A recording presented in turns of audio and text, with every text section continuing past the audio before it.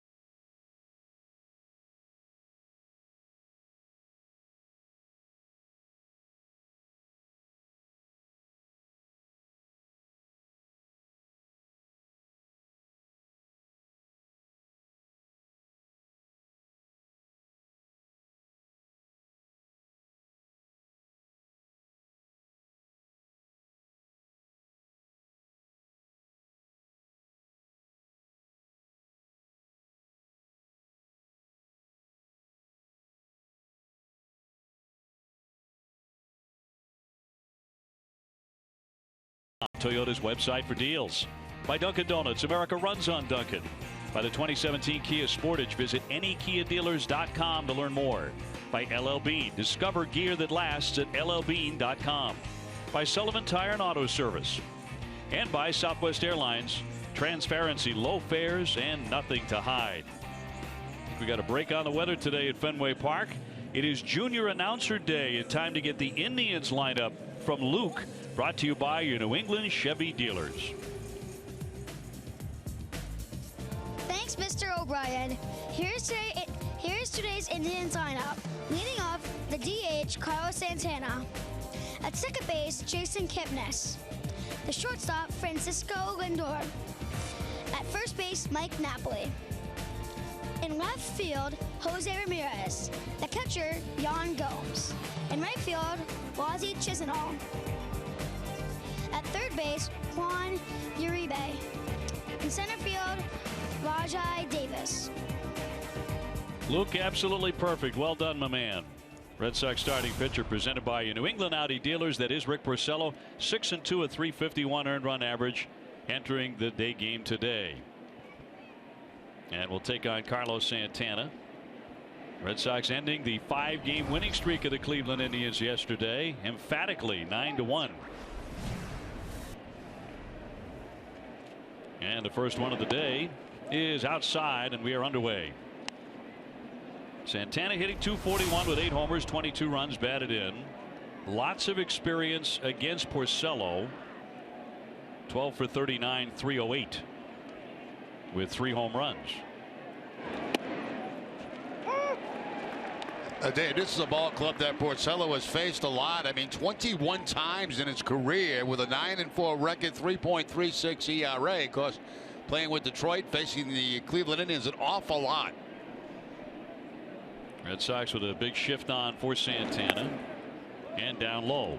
And that's something you don't see very often, a shift for the leadoff man. But Santana, a guy that hits leadoff and also down in the lineup for the Indians today in that leadoff spot because he does walk a lot. Switch hitter. Here comes the 2-1. He bunts foul. Trying to surprise the Red Sox there with no one at home at third base. Well, Bogaerts was in on the grass until they got a strike on him. When they got a strike on him, that's when Bogaerts moved back to the shortstop position, and he tries to drop one down the third base line. You know, we've seen a lot of that recently, but they haven't been able to connect and get the ball on the ground. It's either gone foul or they bunted through it. 2-2. Into left field. Here comes Swihart, losing that cap that's become a regular occurrence these last 3 days for him. The Red Sox defense is brought to you by Southwest Airlines. They are 7th in the American League with 22 errors in 43 games.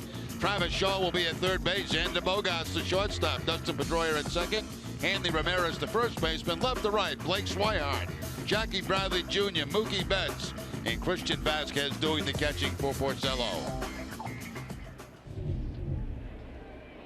That hat just won't stay on for Blake. Well, he's not used to having one on, right?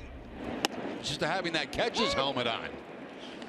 Yeah, never had to worry about it before. Vasquez behind the plate today. Kipnis the batter, hitting .278 with half a dozen home runs. And he is 8 for 28 with a home run against Porcello lifetime. It's a good hitting team, the Indians. They are 3rd in the American League in runs scored. They're 7th in ERA. They're 4th in fielding percentage. They could very well be a playoff team in October. The umpires are brought to you by ToyotaCertified.com. Marvin Hudson behind the plate, James Hoy at first, Chad Fairchild at second, and Jim Joyce can rest his voice at third base. Although we miss it.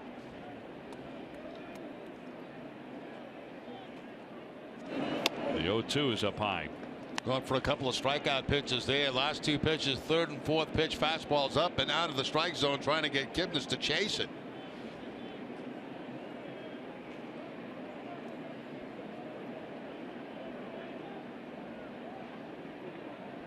And Porcello with a 1-2.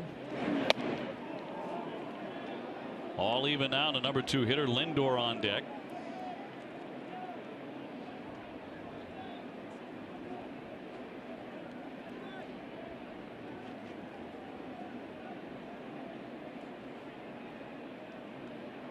And the 2-2 to Kipnis. Porcello coming off his shortest outing of the season, an 8-4 loss at Kansas City, in which he went only 5 innings, 8 hits, 5 runs, 4 of those earned. That snapped a string of 15 consecutive starts of at least 6 innings for Rick.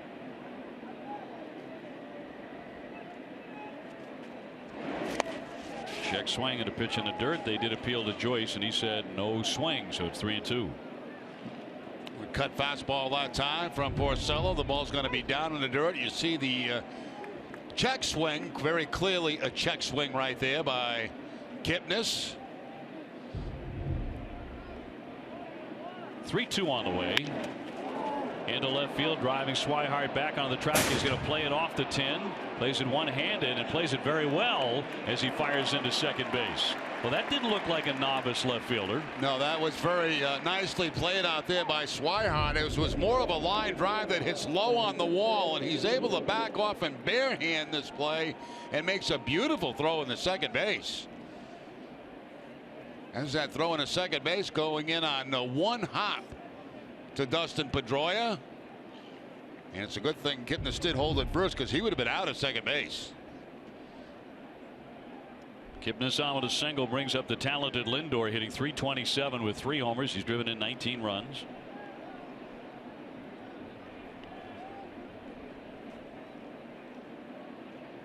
One man away, just getting started in the first inning.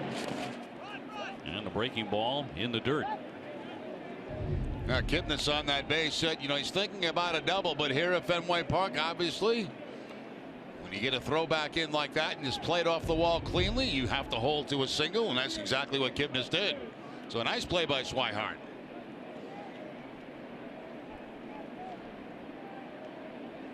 Lindor 0 for 4 in his career against Porcello. Until now, he stings that one into right field. Kipnis around second base and heading into third, and he'll stop there. First and third now for Cleveland. Where available, this telecast can be heard in Spanish by selecting the SAP button on your TV remote. SAP presented by ToyotaCertified.com. Search for your factory back Toyota certified used vehicle right now. It's good to know the factory has your back. Buenas tardes, amigos. And the weather, as mentioned, we really caught a break because a couple of days ago the forecast was not good for today. It's brought to you by Benjamin Moore, the official paint of the Boston Red Sox. We were noticing the wind blowing in earlier, kind of gusting in from center field. Not too bad right now. A little trouble here for Porcello, though. Brings up Mike Napoli, who's been in a slump, getting just .226 with 7 homers. He's in an 0 for 15. That one blooped toward right field, but it's going to go foul. Now Lindor at first base, a threat to steal. He's got 8 steals on the season. He's been caught 1 time.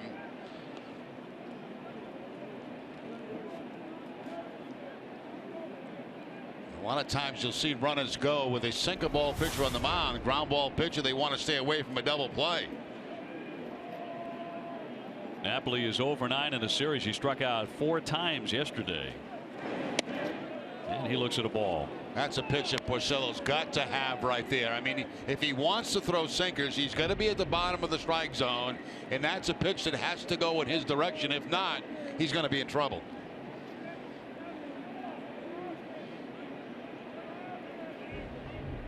That pitch was designed for a ground ball. The 1-1 to Napoli, right through it on a fastball. He follows the sinker up with a high fastball, goes cross seam with the fastball to get the swing and miss on Napoli, who had a tough afternoon yesterday with the strikeouts. And Hanley Ramirez in a quick conversation with Porcello. Runner at first, runner at third with 1 away.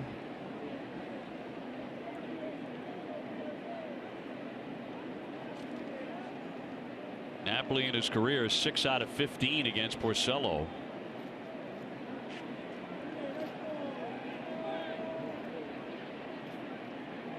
They want the fastball upstairs again. 1-2. Foul tipped as he hangs in there on another good heater at 95. Yeah, you can see Vasquez, the catcher, give the one sign, which is the fastball, then flip his finger up. That means he wants it high in the zone, and that time Napoli just getting a piece of it.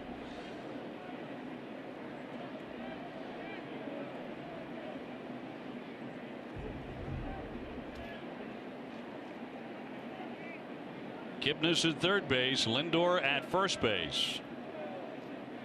This time a fastball away. Off the corner, 2-2.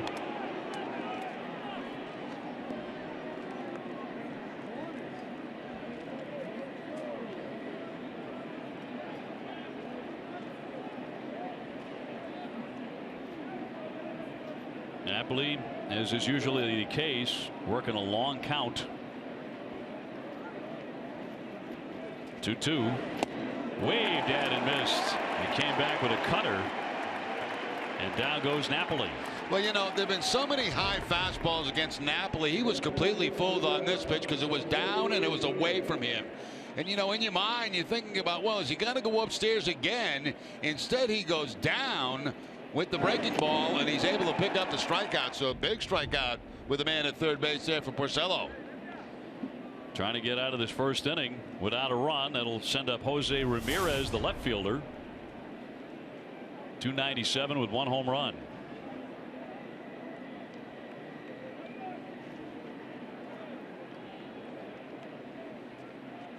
And the first one to him will miss, although it could have been a strike. That's a tight plate. So far it has been here in the top of the first inning.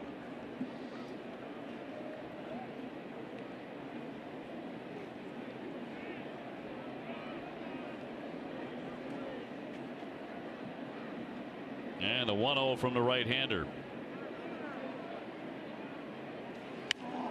Popped him up. And here's Shaw around third to put it away. So some trouble for Porcello. A couple of hits, but he does not cave in. And it's Betts, Pedroia, Bogaerts coming up for Boston.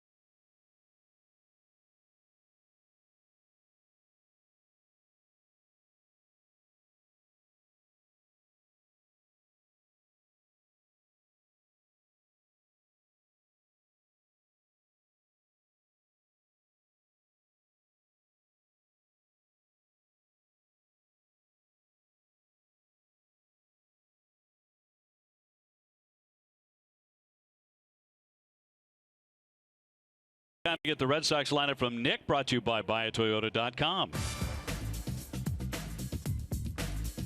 Thanks, Mr. O'Brien. Here's today's Red Sox lineup. Leading off in the right field, Mookie Betts. At second base, Dustin Pedroia. The shortstop, Xander Bogaerts. The DH, David Ortiz. At first, Hanley Ramirez. In center field, Jackie Bradley Jr. At third base, Travis Shaw. In left field, Blake Swihart. The catcher, Christian Vasquez.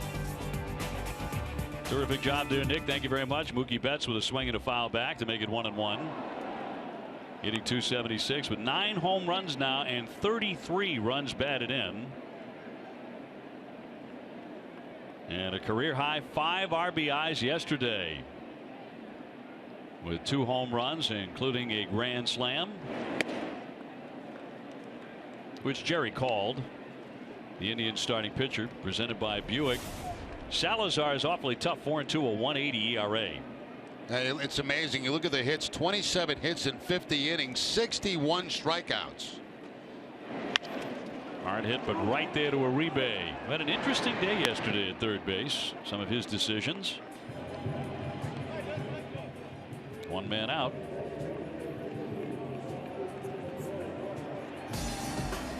Well, the Indians defense is brought to you by DraftKings. They are 4th in the league, only 19 errors in 40 games. Juan Uribe at third base, Francisco Lindau the shortstop, Jason Kipnis at second, Mike Napoli at first, Ramirez, Davis, Chisenhall in the outfield, and Yan Gomes doing the catching.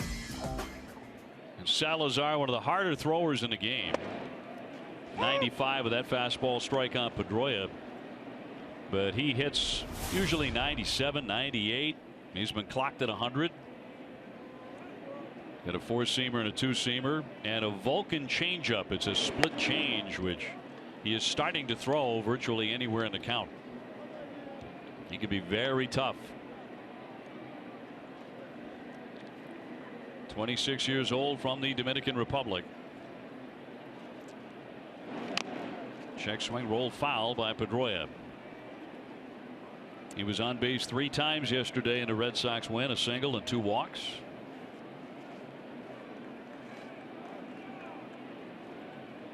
Once again, a Red Sox offense pouring it on. A 9-1 victory, and the Red Sox extended the franchise record 21 consecutive games with a home run. There's that 97 you were talking about, Dave, when that last fastball up and away from Pedroia. And when you look out to right field, Chisenhall kind of shading him toward the line in right field, expecting Pedroia to be late on the fastball. He pulls this. That was a changeup. Yeah, something off speed there, either a slider or that split finger you were talking about. Pedroia out in front of it, and Brock has it fouled on that third base line. Now there is the split-fingered fastball right there.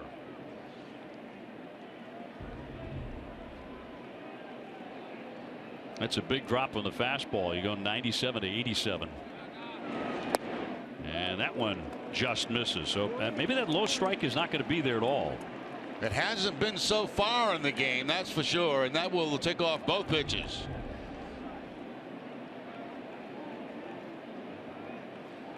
Again, that Vulcan grip, as you can see. 3-2. Fouled back, big hack by Dustin. He's 0 for 2 lifetime against Salazar. He has a 5-game hitting streak.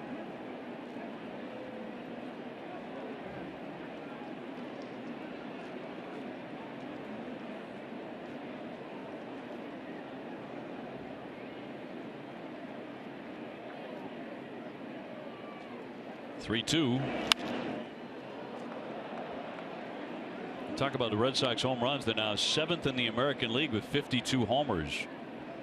But back in April, they were 15th for a while, dead last. 15th, but still number 1 in runs scored. Well, they've still number 1 in runs scored, but they've moved up the charts in the home runs big time. And he walked him. So Pedroia on with ball 4. This greater coverage of baseball in Boston is brought to you by T-Mobile. Major league leaders, the highest average over the last 2 years. Miguel Cabrera hitting .328. D. Gordon, who's suspended now, at .324. Same as Xander Bogaerts, who will step in next.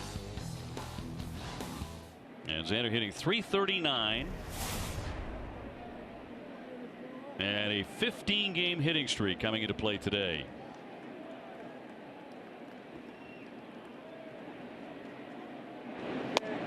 He looks at a strike. Well, that was a lower strike at 96.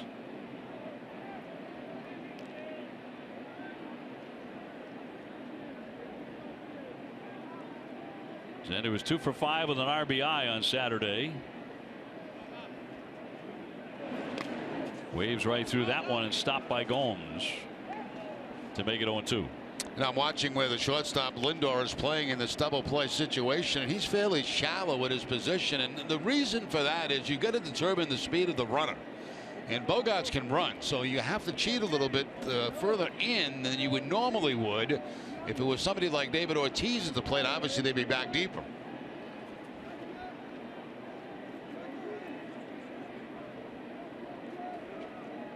The 0-2 fouled back by Bogaerts.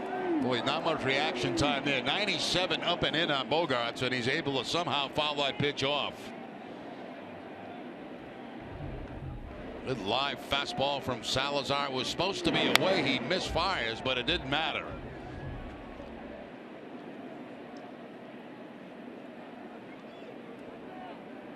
Ortiz would be next.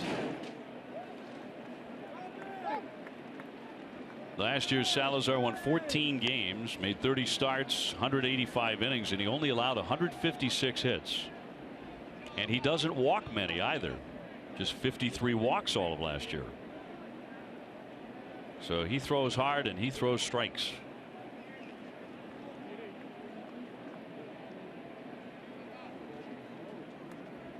The 1-2. 2 balls, 2 strikes. He did just walk Pedroia, however. And now even on Xander.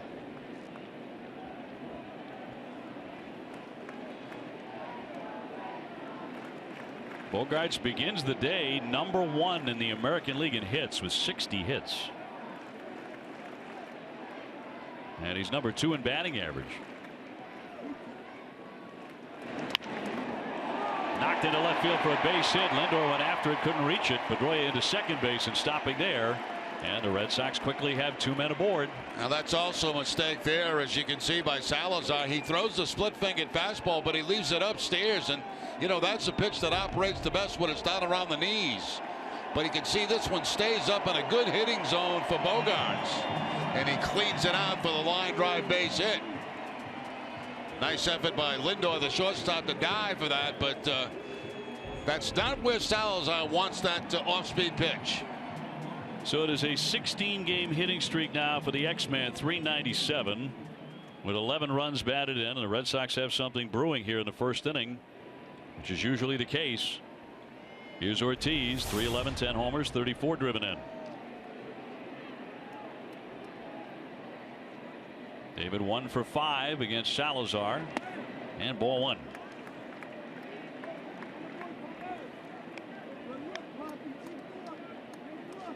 Big Papi yesterday 2 for 4.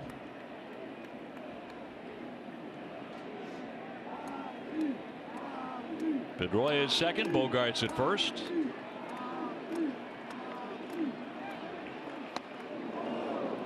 One and one. Well, Uribe in this shift has to stay close to third base. He can't move to the shortstop position because then Pedroia would just take off and steal third. So a big gap up the middle for David Ortiz. We've seen him go up the middle right through there several times here in 2016. He pulls this one, a base hit into right field. Pedroia rounding third. He is going to score. Bogaerts all the way to third, sliding in on the RBI single. And the Red Sox strike again in the first inning and lead it 1-0. And Ortiz looked like he got a slider that was down and in. There it is, the breaking ball down and in, and he gets it before it dips too low.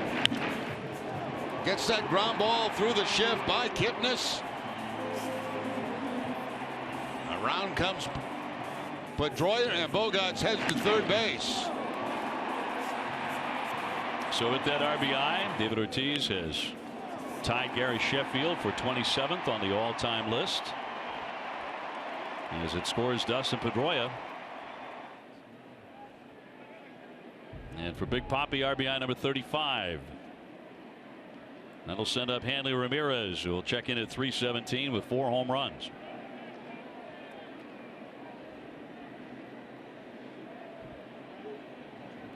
Runners at first and third and a run in.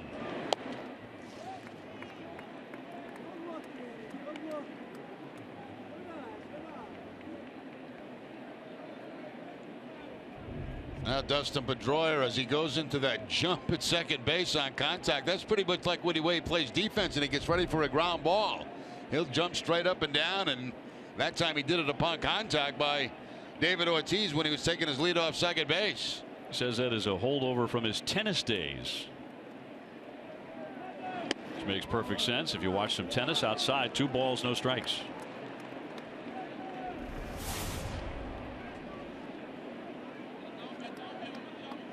Hanley was a little bit gimpy going up the first base line, then running from first to third yesterday, but once he gets going, he seems to be all right. But that calf has been barking at him. Red Sox will have tomorrow off. Here's the 2-0. That's hard hit off the pitcher. Here comes another run, and everybody's going to be safe on the base hit. That was a rocket, and Salazar just got in the way, and he's a little shaken up as the Red Sox lead it 2-0. Terry Francona's coming out with his trainer. The way this team swings the bat in the first inning. It's amazing. You know, we gave you that graphic earlier in the view from the booth where the Red Sox are second best in Major League Baseball in the first inning. They are the best in the second inning as far as scoring runs in Major League Baseball. And that one really hurt Salazar.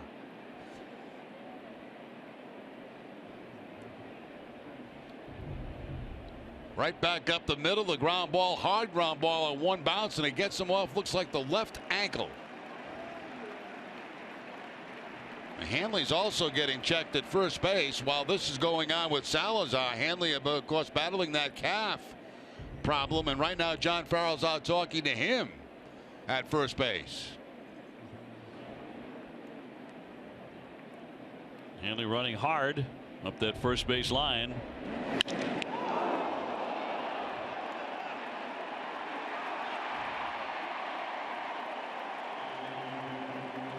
He's going to hang in there. RBI number 26 for him. And they're still working on Salazar. Nobody throwing in their bullpen yet, but they're starting to move around out there. Yeah, that thing's liable to swell up on him in the area that he got hit. And if it does, obviously he will have to come out of the game in time. I mean, just about no reaction time at all as he kicks that ball and it deflects out toward shortstop Lindor.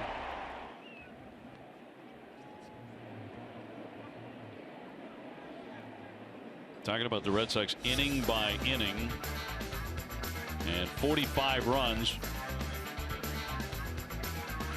And that was coming into today, so it's now 47. Really leaning on it in the third inning. And in that second inning, as you mentioned, Jerry, number 1 in the second inning in scoring. Well, that just shows a strong lineup right through. You know, I mean, they're scoring in every inning that they're playing in. So, I mean, it's a sign of a very potent lineup. Salazar taking some tosses to see if he can stay in the game. I think the question here is, you know, how long will he be able to stay in the game? Will that thing swell on him? You know, they have a doubleheader tomorrow. This would be a giant miss if he had to come out this early here today. They got to play 2 games in Chicago tomorrow. Put tremendous pressure on their bullpen. He says he's going to continue, at least for now. The Red Sox have strung together 3 consecutive hits. They lead it 2-0 in the first, bidding for more because Jackie Bradley is coming up with a 26-game hitting streak. John Farrell has moved him up to the 6th spot in today's order. He's hit there before. He reached base 4 times yesterday. Terry Francona walking him intentionally twice. Wasn't until the 6th inning he got some pitches to hit. He beat out an infield single when the Kipnis throw to first base pulled Santana off the bag. First and second, 1 away. Ball 1. I was in the office with John Farrell this morning when he was making out the lineup card. He said, I got to get Bradley. I got to get some protection behind him. So he moved him up in the order, and he's got Travis Shaw behind him because he, you know, now they're just intentionally walking him. He's so hot. The 1-0 made him dance a bit. It almost hit him. And Salazar is going to have to be watched. I mean, that was a hard shot that he took off the, I'm guessing the ankle. And that could affect him. There's the fastball down and into Jackie Bradley. Well, as a hitter, you want this guy to be right as hard as he throws. Exactly. You don't want him ailing out there and misfiring with fastballs at 97. That missed badly. So now he's gone to 3-0 on JBJ. He's on the verge of walking again, and if he does, that's going to load up the bases for Travis Shaw. Only 1 away.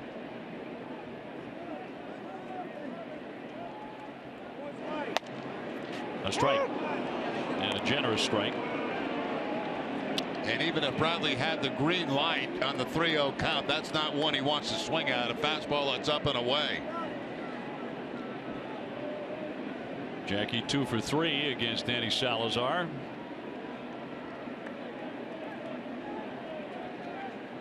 And the 3-1. High pop up off third. Uribe toward the stands, but no play for him.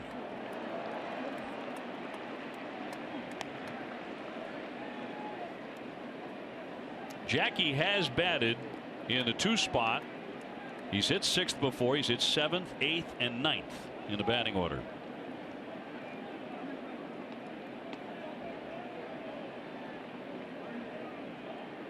Today hitting 6th. Ortiz and Ramirez get their leads with 1 away. Red Sox have struck again for 2 runs in the first inning.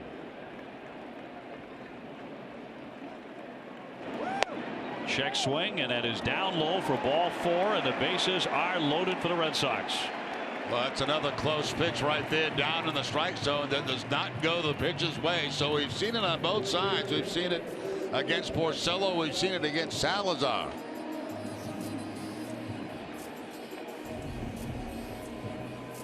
And this is not a bad pitch at all. A fastball down.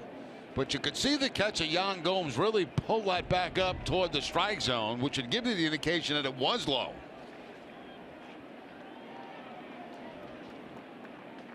Here's Travis Shaw for Salazar. The Wolf is at the door here. In there for a strike. He's 1 for 5 with a home run against this right-hander.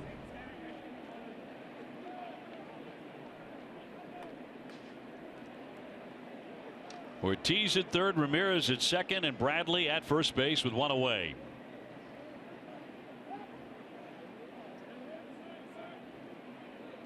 Travis yesterday snapping at 0 for 14 as he went 2 for 5 with a double.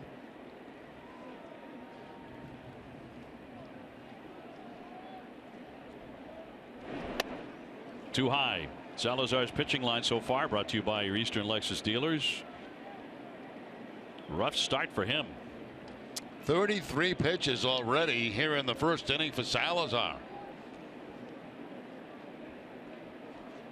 And a shot off the ankle.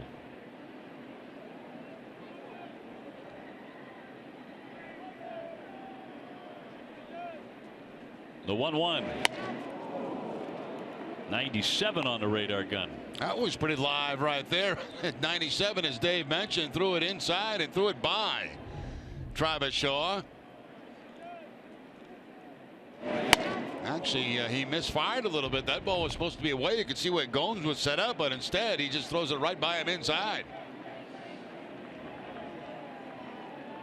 Salazar with the bases loaded. Swung on and missed. Down he goes. Back to the heat. And there are 2 away. Well, that's the kind of ability he has. I mean, he's got that strikeout velocity to get guys when men in scoring position. And here he goes with the fastball again, and that time the fastball also at 97, but this time up and away. That's where they wanted the previous pitch. That's where they get the next pitch. Blake Swihart now 208, no home runs yet. Red Sox lead the majors, by the way, with 4 grand slams. Mookie Betts knocking one out yesterday. Man, that's in for a strike. Now, a few more runs in this inning would be very big for the Red Sox because, you know, Salazar's the kind of guy that can settle in and just shut you down. You got an excellent opportunity with the bases loaded. Blake is 0 for 6 in the series, and he'll take a pitch down into the dirt.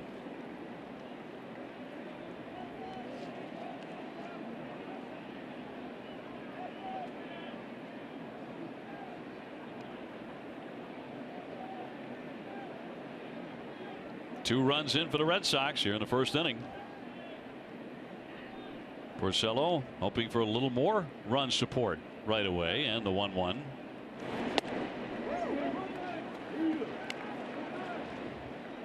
You just have to wonder what kind of toll all of these first inning pitches are going to have on Salazar. Yeah, and if anything, I mean, the Red Sox are building up that pitch count. They've got the lead. They're building up the pitch count. Maybe they get out of this game early. Right-hander with a 1.80 ERA coming in. 2-2. big time fastball.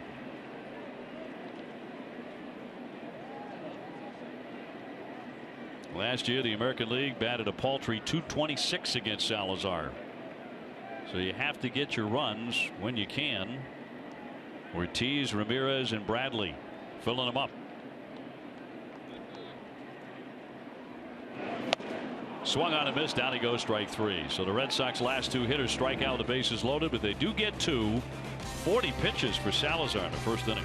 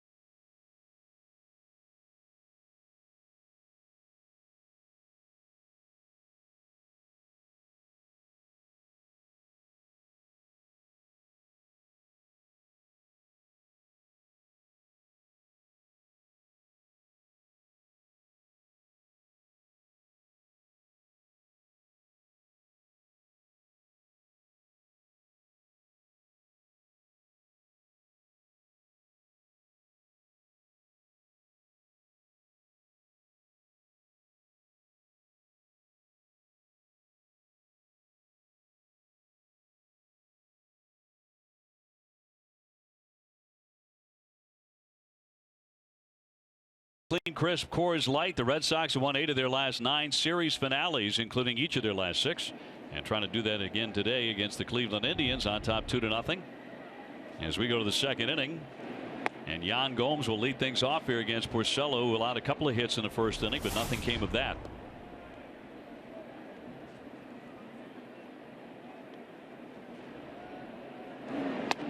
Red Sox again jumping out in the first inning.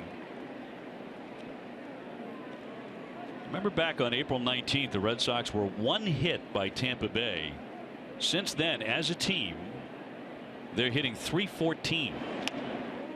Swing and a miss here by Gomes. That's a very good slider right there by Porcello. That ball starting at the middle of the plate and then breaking away, down and away from Gomes. Gomes is 5 for 10 in his career against Porcello, but he had no chance on that pitch right there, that breaking ball. 2-2. Comes back and tries it again, but this time elevates it a little bit.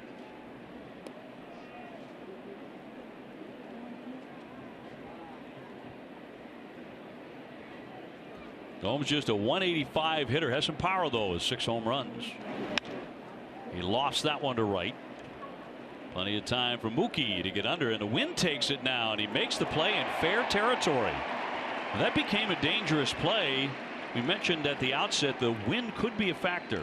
Yeah, very tough today as it's blowing in from center field. So, you know, on balls that look like they might be routine fly balls, once they get up high enough and the wind gets involved, that ball pushed back to the stands for Betts. He had to speed it up a little bit to make that catch before he runs into the very short wall out there. That brings up Chisenhall, who's a .242 hitter, no homers, 4 runs batted in. He's another Indian with a lot of experience against Porcello, 6 for 20. That's a .300 average. Pop down the line. Swihart be tested on this one and near the line, and he makes the play in foul ground. So far, so good for Blake. Yeah, it really has been. He's been looking very, very comfortable out there in left field. And this is not an easy play because the ball's slicing away from him. He's going to the wall. He doesn't have much room. He makes the catch, bangs into the wall, and holds on to the baseball. Look at put the right hand out because he knows he's getting in close. Ruben Amaro loves that because he's been doing the work out there in left field with Swihart. Uribe checks. It's a strike. Banging into the wall like that, that's nothing for a catcher. He just put that right hand out to make sure he had enough room and makes the catch without a problem. It was just a little kiss. Did he hold up? Nope. It's a swing and a miss. This is last inning after he had made a nice running catch. And Ruben with some more congratulations. You can tell he's very proud of him. Now these coaches get so invested in these players. They try to teach, they try to stay with them and try to make them learn. And when they get the positive results, they feel as good as the players do. It's one of the reasons why you see before a game begins, if you look inside the Red Sox dugout, you'll see guy after guy coming up and hugging Brian Butterfield. They just adore him because of all the work he's done with so many of them. He is so invested in it, and so is Ruben. 2-2.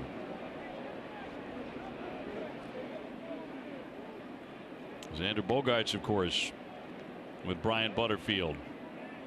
You're like connected at the hip for about 2 years. Xander has made one error this season. Here comes the 2-2. Uribe, the man who broke up Joe Kelly's no-hit bid in the 7th inning with 2 out. That was a no-doubt gapper.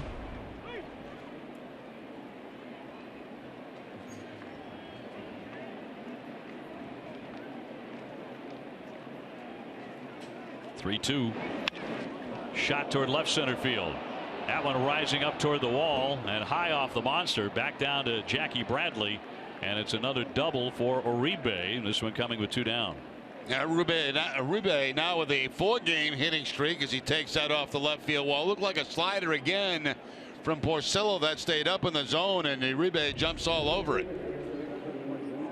Vasquez setting up away, but that ball just stays upstairs and becomes a very hittable pitch for him, who can cover the outside part of the plate. That ball's away from him, but he still hooks it up off the left field wall. That'll bring up Rajai Davis, hitting .252 with 4 home runs. You and I both talked to John Farrell this morning about what would have happened had Joe Kelly gone through 7 with a no-hitter intact. Out. He was coming out of the game. Coming out of the game. Farrell said the big difference. Inside, got him on the elbow. He got nicked, so it's a hit batsman.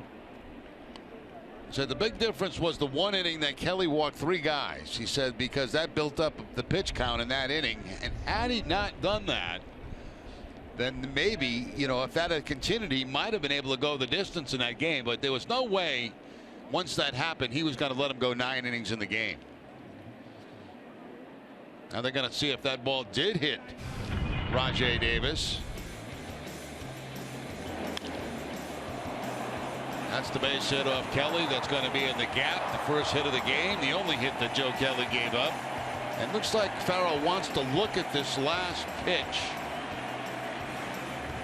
to Rajai Davis. This is one thing that can be reviewed, so they are going to take a look at it. Red Sox debating whether he actually got hit. Let's take a look at it. Well, that ball, I can tell you this. He's got the elbow pad on, correct? That ball did not change direction, so it may have just missed him. Now, you would think if it hit his elbow or the elbow pad that the ball would have changed directions. Watch the location of the ball. It just seems to stay straight.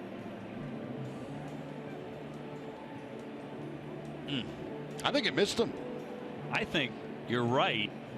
But it's very close, and it's going to be a tough one for the umpires to judge. And the umpire goes by sound there more than anything else, I think. See what they come back with. They got to put him at first base. Yep. Jim Joyce says it is a hit batsman, and clearly they felt like they did not have video evidence to overturn that. So it'll bring up Santana. You know, the interesting thing talking with John today, he said that if Kelly had it after 8, he was going to go back out there. You know, even if the pitch count were kind of unmanageable, it didn't matter. He wasn't going to take that opportunity away after 8 innings from Joe Kelly. We talked about it yesterday. What a difficult decision Farrell would have had to make if had, you know, that no-hitter stayed intact. About as tough as it gets for a manager. That's in there for a strike on Santana. He's 0 for 1 with a fly to left. 2 down. Runners at first and second. Red Sox ahead 2-0.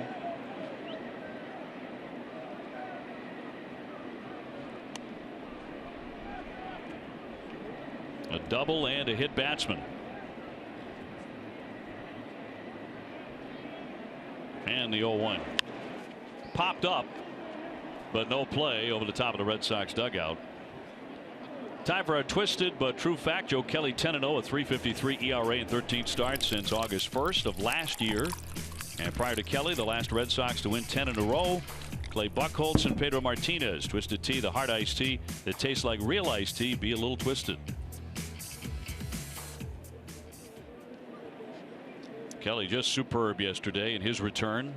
All the work he has done to build up that shoulder really paid off. He also had an outstanding changeup and breaking ball, not just the fastball.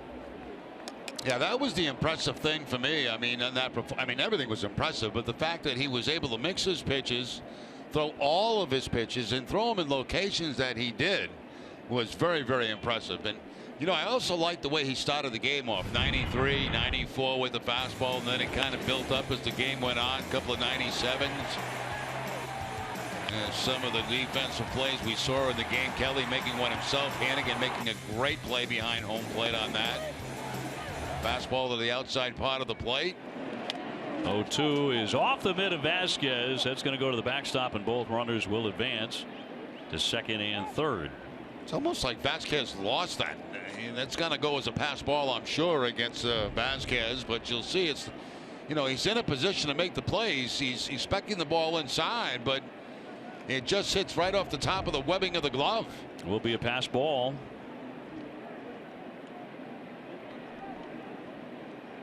So Santana with 2 men in scoring position, and a 1-2 from Porcello. Bounced up there. Nice stop by Vasquez. Curveball, you're expecting that ball in the dirt, and that ball will come back toward the catcher, so it makes it a little bit easy. It's a block.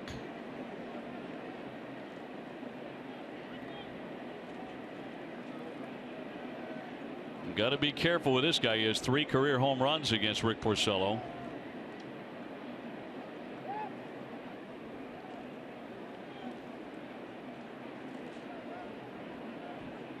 Uribe has been coming way down that line with no one at third.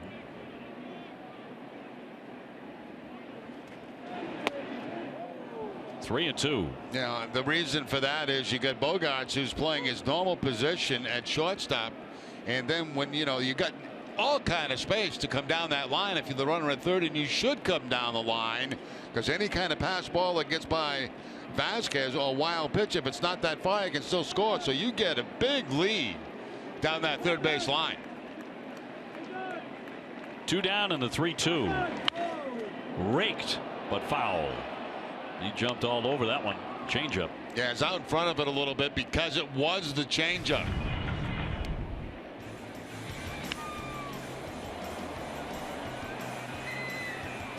Santana with a home run in the 9th yesterday, his 8th. That was the only run they got.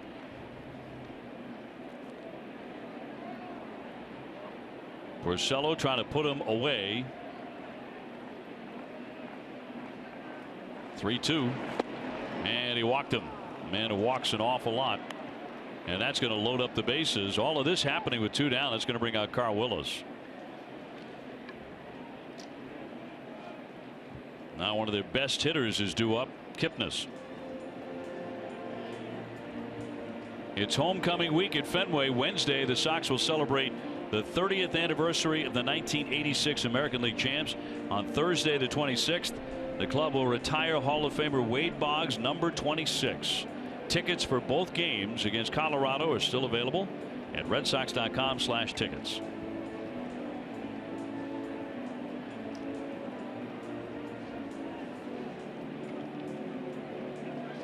So both teams have loaded the bases early in the game. Kipnis singled his first time up.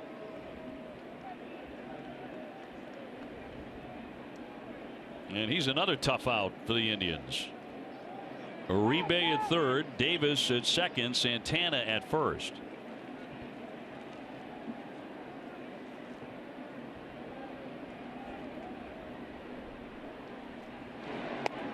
And he'll take ball one.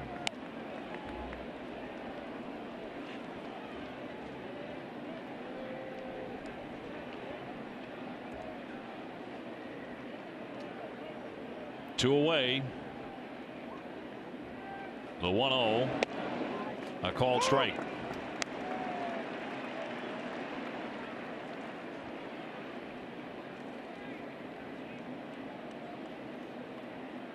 Kipnis with that interesting batting style. Lays the bat flat to begin, then brings it up. 2-1.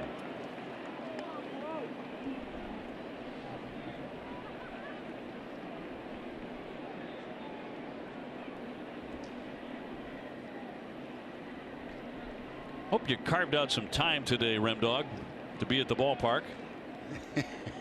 Here's the 2-1. Rattle to first base and a foul ball off the line. So the count moved to 2-2. Hanley looking back at the first base umpire Hoy, saying it went over the corner of the bag, and more of a friendly discussion right there between Hanley and Hoy.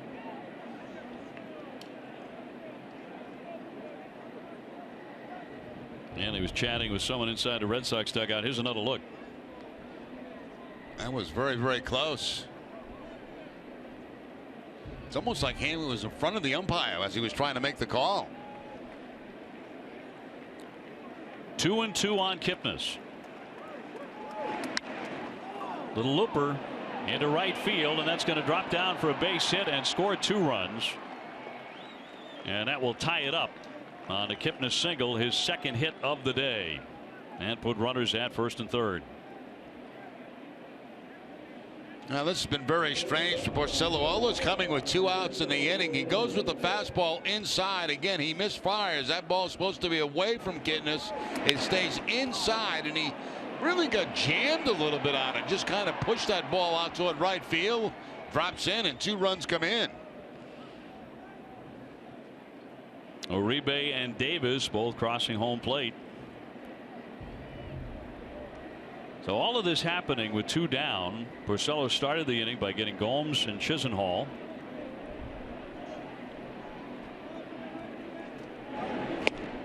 And in there for a strike on Lindor, who singled his first trip. Lindor and Xander Bogaerts and Carlos Correa were 3 of the young shortstops profiled in the Sports Illustrated piece a couple of weeks ago on the rising stars of that position.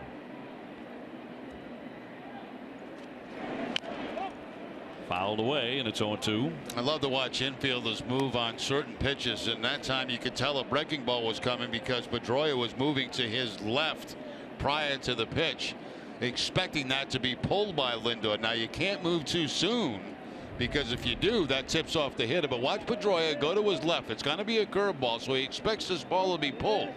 There's these couple of steps. Snap toss down to first base, safe there.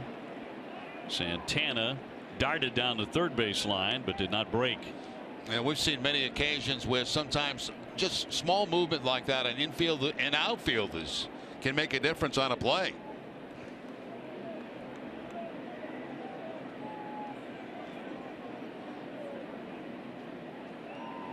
The 1-2, runner at first breaking, and there's a ground ball. Pedroia will get to that from the outfield grass and get him.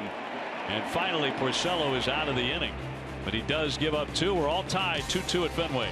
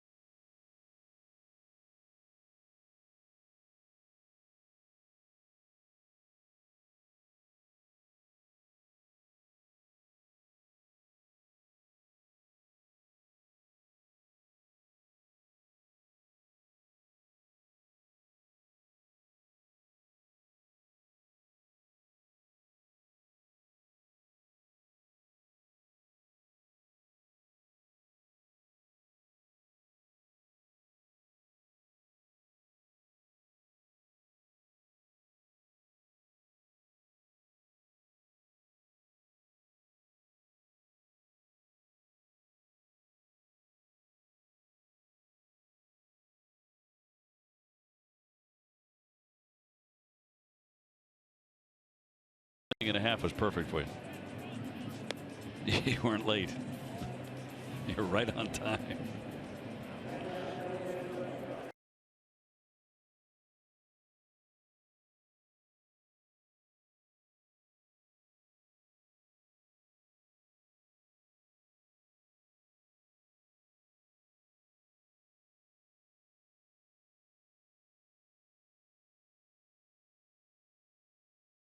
With a nice play there moments ago. Well, we talked about moving in the infield. Watch Pedroia move now to his left because he knows a curveball's coming, and that's going to eliminate him from having to dive for this ground ball.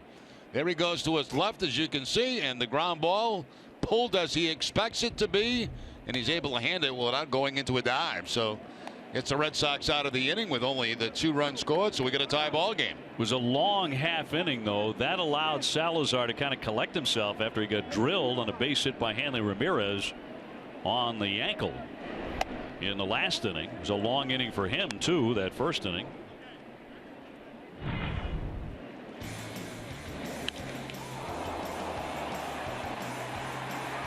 Run came in to score on that play. Red Sox added another, and that's on the inside corner. Vasquez hitting .237 with a homer, 5 runs batted in. Last 7 games, he does have 7 hits.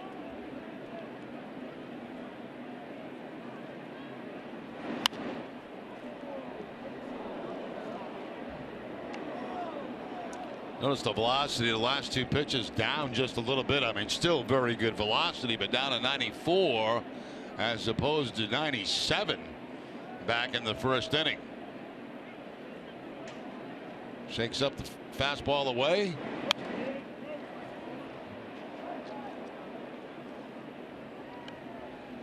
Sox fans looking for the best seats to the biggest games, check out the official Red Sox ticket resale marketplace, RedSoxReplay.com. Best place for season ticket holders to sell their tickets when they can't make it to the game.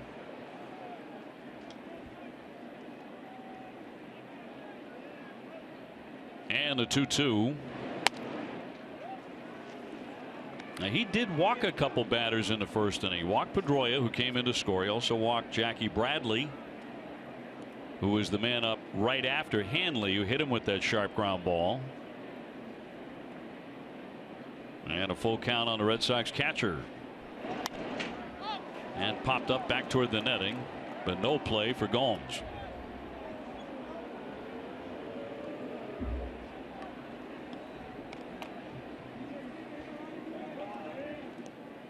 Mookie Betts on deck. Big start turn yesterday for Mookie with 5 RBIs, 2 homers.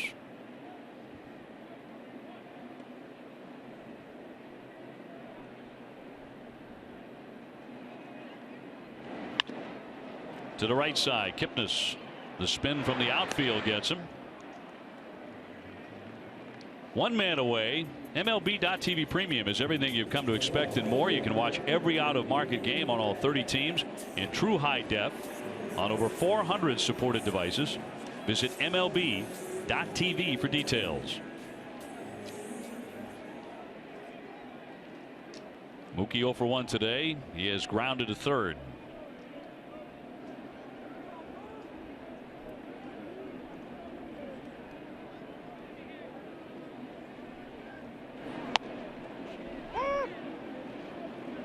Red Sox entering play today with 26 victories. They are tied for the second most in baseball with those 26. The Cubs have won 29, but they have dropped 6 out of their last 10. So they're coming back to earth a little bit. John Lester lost to the Giants yesterday.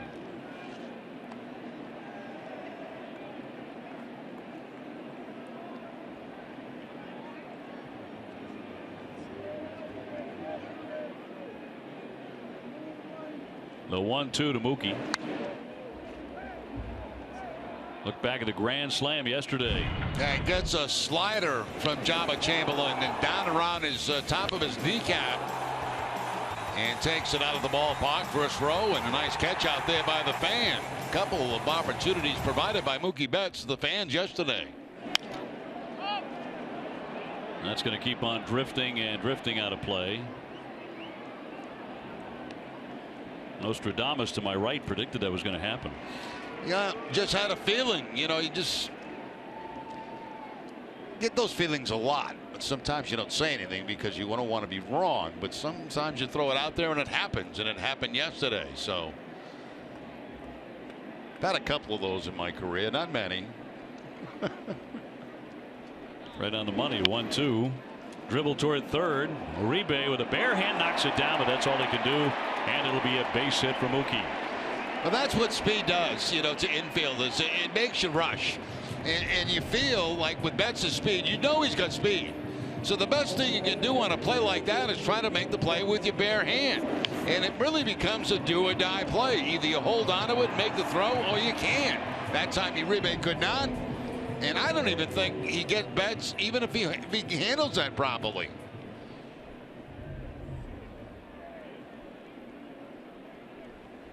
There's Uribe coming in, trying to barehand that ball on a bouncing ground ball, but I don't think he gets him in if he comes up clean with it.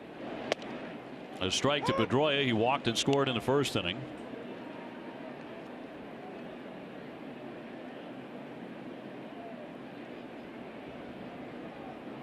Red Sox as a team are hitting .295 to lead the majors. That, by the way, is 31 points higher than Baltimore, the team they're chasing. Orioles are on the West Coast, and they won on a Matt Wieters home run in the 9th inning last night against the Angels. See if Betts tries to go. You got one out to try to get in a scoring position for Pedroia as you look at the standings in the American League East.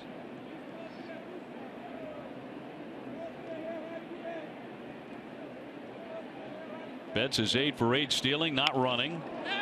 Into left, charging in Ramirez. He'll make that backhanded play. Mookie back to first. And there are 2 down.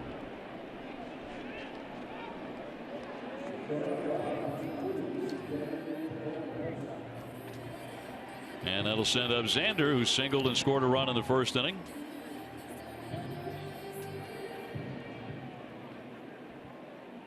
Now I'd really like to see Betts go at some point in this at bat, unless Xander swings at the first pitch, because if he gets there, it's a man in scoring position for Bogaerts. If he doesn't, Bogaerts is sitting in front of Ortiz to lead off next inning. Not running right away, and the first pitch a strike.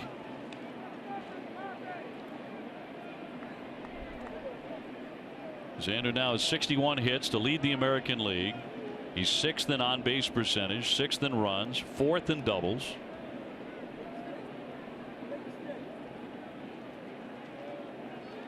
Oh, one. That's hammered through the hole for a base hit.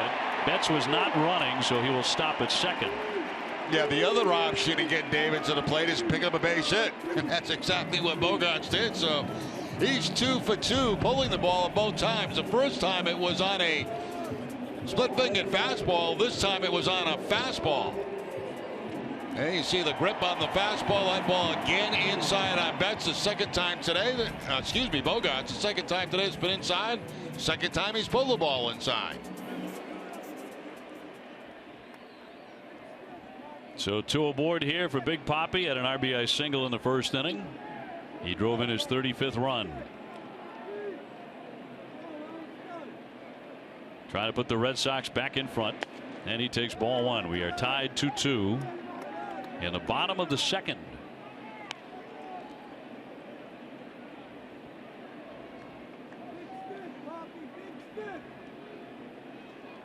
Ortiz with 513 home runs.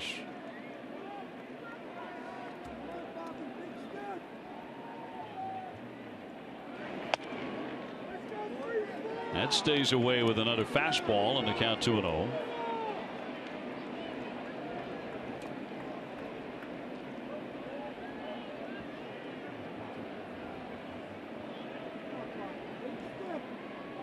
Ortiz 2 out of 6 lifetime against Salazar.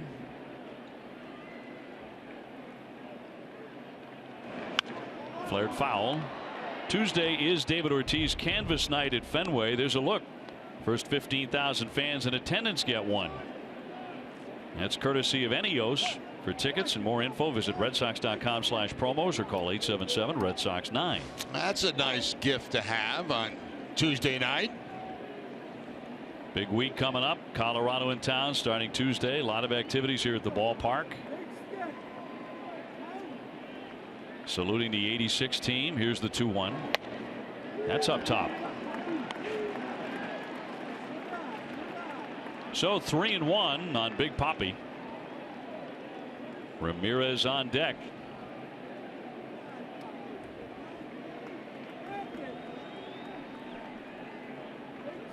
Betts at second, or at first is Bogaerts. Betts at second base, and the 3-1. Right through it on a massive hack. Yeah, that was challenge time. Wasn't it? 3-1 count. I'm coming with my best fastball, and we're going to see your best swing. And that time, Salazar wins the battle. 96 on that fastball.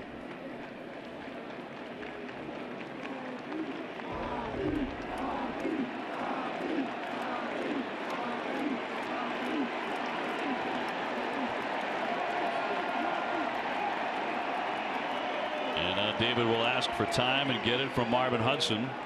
I saw Ortiz looking at Hudson previous, and he was asking him, was that ball up? Even when you swing and miss, sometimes you want to know where that pitch was. Was it a strike?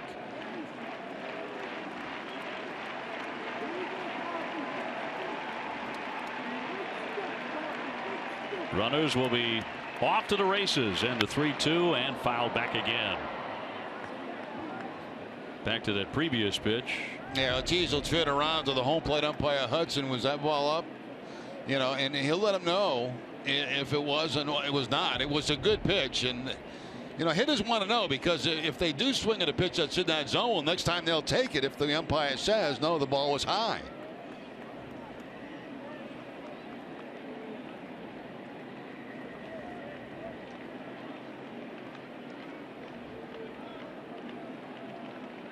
Tied up 2-2.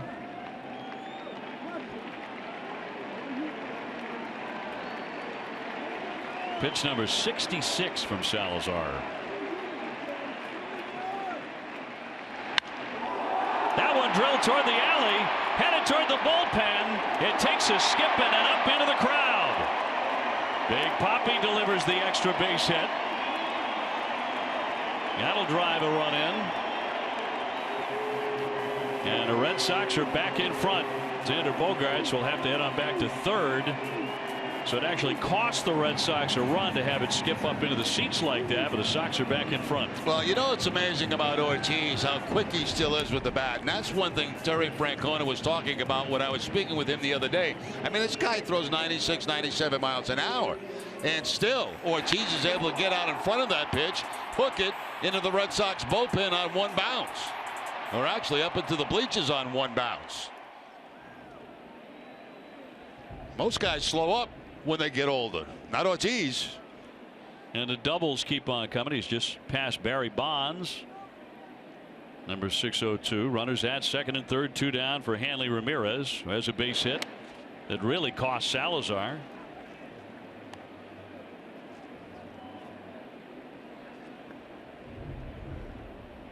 Watch this guy going after it.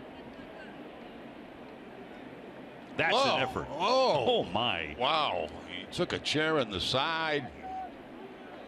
And didn't get it. No, he didn't get it either. It took a nice effort, though. Nice effort, but all in vain. Paid for it. The 1-0.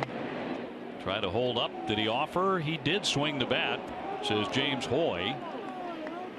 1-1 to count. Things people will do for a baseball, right?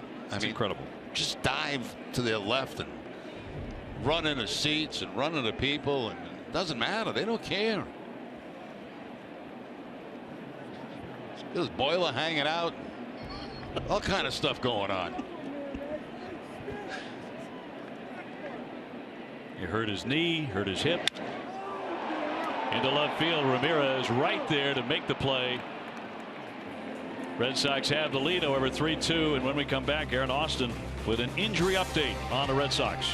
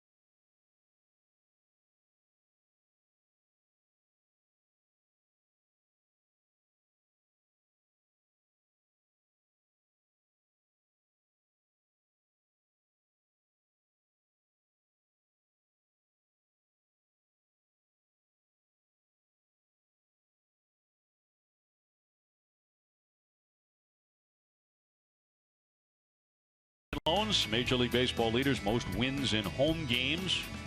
Chris Tillman with 5 for Baltimore. Porcello 4. Chris Sale with 4. Also Fernandez, Kershaw with 4. Mike Napoli leading off here as we go to the 3rd inning. Certainly a languid pace here. Red Sox do have the lead 3-2, and a strike over the inside corner. Napoli struck out 1st inning.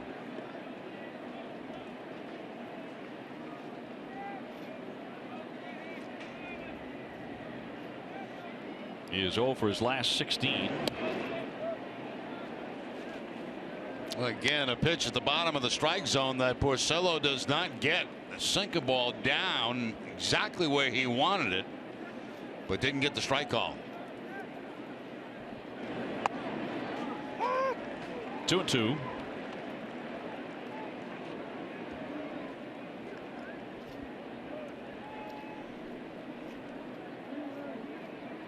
Jose Ramirez on deck. Chopper behind third, but a foul ball.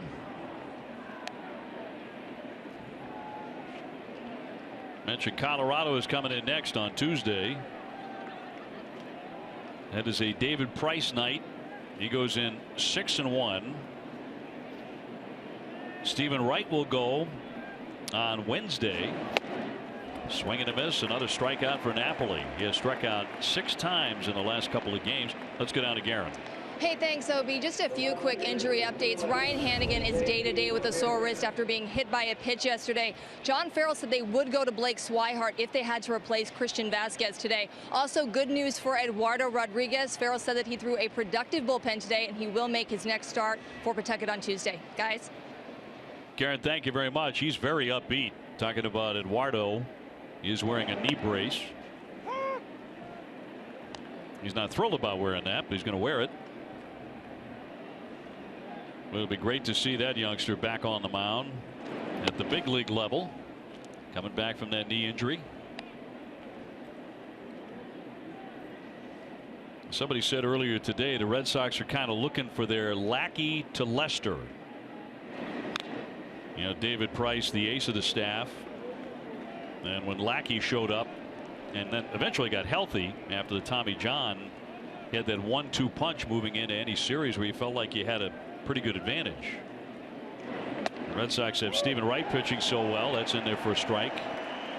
And the way Joe Kelly was pitching yesterday, I mean, if you get anything like that out of Joe Kelly, I'm not talking about a one-hitter, but you know, just a strong effort all the time. Now, there's a lot of possibilities and a lot of promise, I think, in the Red Sox rotation. Right now, the 1-2 punch is right there. I mean, Price, who's got himself straightened out, and Stephen Wright, who has pitched very, very well. Joe Kelly yesterday outstanding in the game, and Porcello's been very solid all year long. He has been 6-2. His ERA now at 3.67. That's knocked foul out of play by Gomes. What Porcello really wants right now is a 1-2-3 inning, a fast inning, because he hasn't had one yet.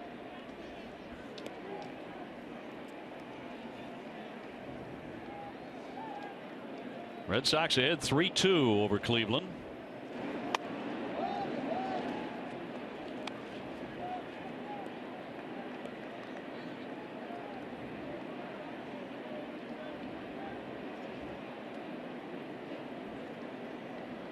Base is empty and 2 away, and the 1-1. A very good change up there by Porcello.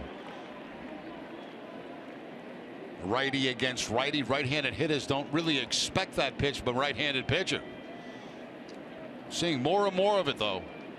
Here comes his 70th pitch. Both of these starters with high pitch counts at this point.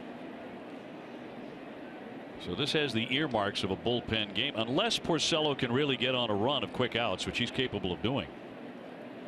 If he gets a lot of ground balls in particular. Here's Jackie Bradley to track that one down in the gap, and that is a fast inning. You really needed that. When we come back, JBJ, he is due up, leading off.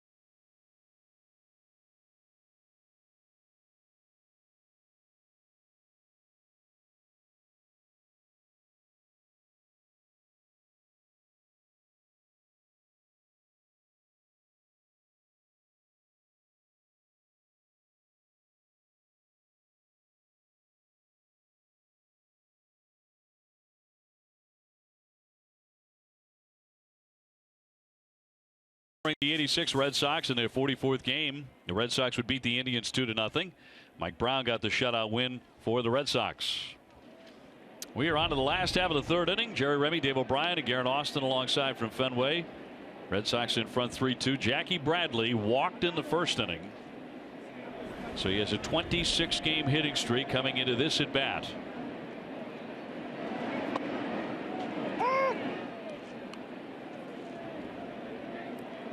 During the hitting streak, which began on the 24th of April, Jackie is hitting .407 with an on-base percentage of .486. And now he's in a hole 0-2.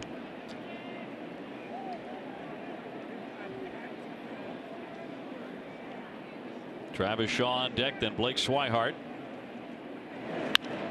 Line shot and a foul ball down the right field line.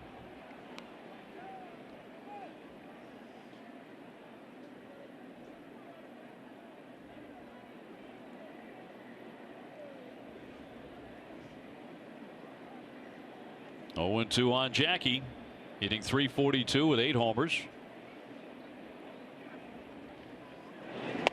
Waved at and missed, and down he goes, strike 3. Now that's the very good split finger fastball right there from Salazar. Probably the best one he's thrown so far today. Late movement on it, and it drops on Bradley Jr. See the bottom fall right out of that pitch.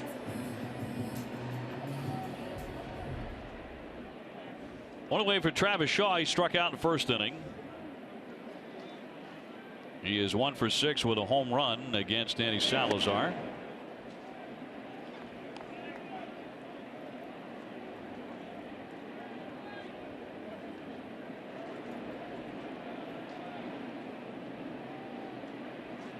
Travis has really hit the ball well against Cleveland. Flies that one into left field. Kind of a lazy flare. 2 down. Did you miss today's special tech and innovation episode of NESN Clubhouse? Well, catch the encore presentation today following our Red Sox coverage. NESN Clubhouse presented by Delta Dental of Massachusetts. 2 quick outs for Blake Swihart. He struck out with the bases loaded in the first.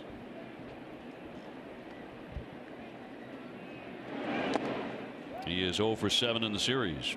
Couple more curveballs this inning from Salazar, taking that pitch out of his back pocket.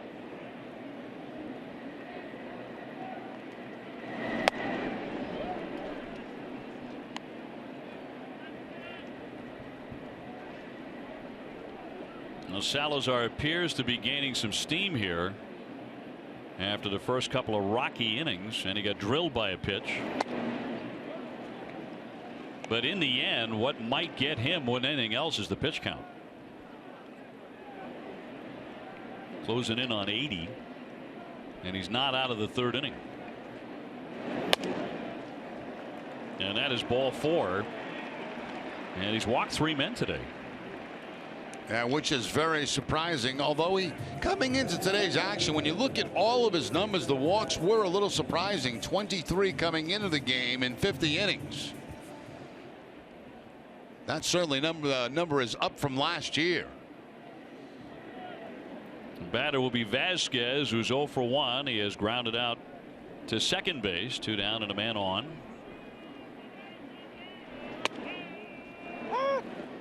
Well, Garen had mentioned that Ryan Hanigan, who got drilled by a pitch yesterday on the wrist, was still recovering from that. That defensive play that he made, the presence of mind to feel for the plate on the throw from Joe Kelly with the bases loaded yesterday, is one of the better defensive plays all season by the Red Sox. Yeah, you can imagine how tough that is for a catcher, because you know the pitcher is not that far away and he's firing the ball home. You're almost like a first baseman trying to figure out which foot to use, you know, on an errant throw.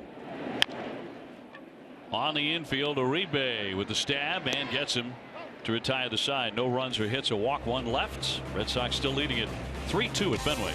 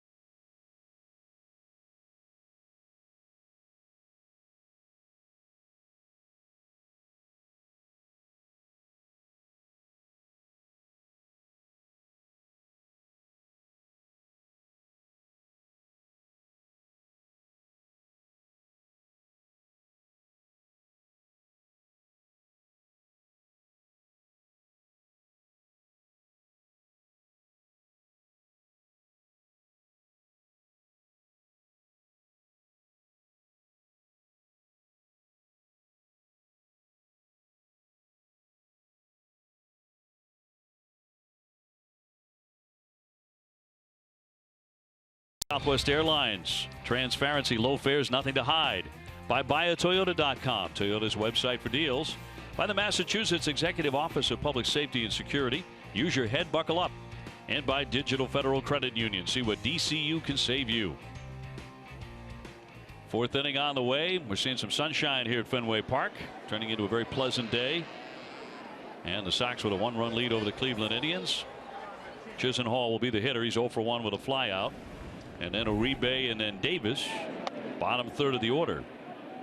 And Porcello looking to gain some momentum after what he did in the third inning when he got them 1-2-3.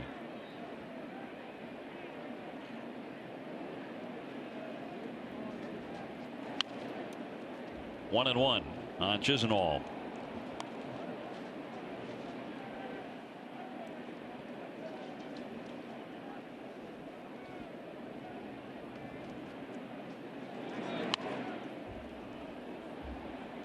One ball and 2 strikes. Looking around baseball, the White Sox have a 1.5 game lead over these Cleveland Indians in the AL Central.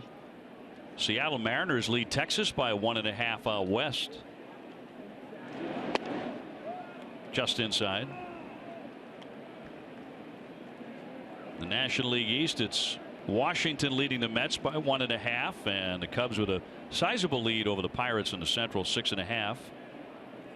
Giants leading Colorado by 3.5 in the National League West. Dodgers are 4.5 back.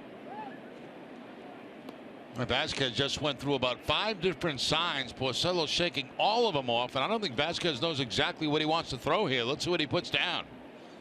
Fastball away. Hit gently to third. Shaw on the move, gets him. One away. Lexus has developed the Lexus Strikeout Hunger Program in partnership with Nesson and the Greater Boston Food Bank. Visit your Boston area Lexus dealer in May to donate non-perishable food items. You can also enter for a chance to win a Nesson VIP ballpark experience. For more information, visit Nesson.com/Lexus. Yeah, and to go by Lexus of Watertown drops them off. Very close to Fenway. And close to Nesson. That's right. Here's Uribe. Do you have a desk at Nesson? I don't have a desk. I don't have a cubicle. No, but 29 years I've got nothing. I've got the desk right here. This is our desk, Dave. This is it. Get used to it. This is our office. Well, I love our office. No, I absolutely do too. It's just that I wouldn't mind having a cubicle in Nesson, though, to go in the off season and spend a little time, do some research, some homework, and see our compadres, you know, at the Nesson offices. But there is really no place for us to sit. So do your expenses. You got to do that tomorrow. You got to get on your expenses tomorrow. What I'm doing on the off day is about 9 hours of expenses. I haven't done anything. 9 hours. It's going to take me forever. I don't know what I'm doing at the computer, and there's no one in an office to help me. Line shot. It's going to be a fair ball, and takes a bounce into the stands, and that's going to be a double for Uribe as he hits a rocket down the line that scoots up into the seats. Second double of the day. Got a breaking ball back in the second inning for a double. Now he gets a fastball, and you can see Shaw is very close to the line, and it deflects off his glove into the stands for the ground rule double. So Travis a little bit unlucky, and that'll send up Davis, who was hit by a pitch and scored a run in the second inning. 1 out and a runner at second. And a strike on the inside corner.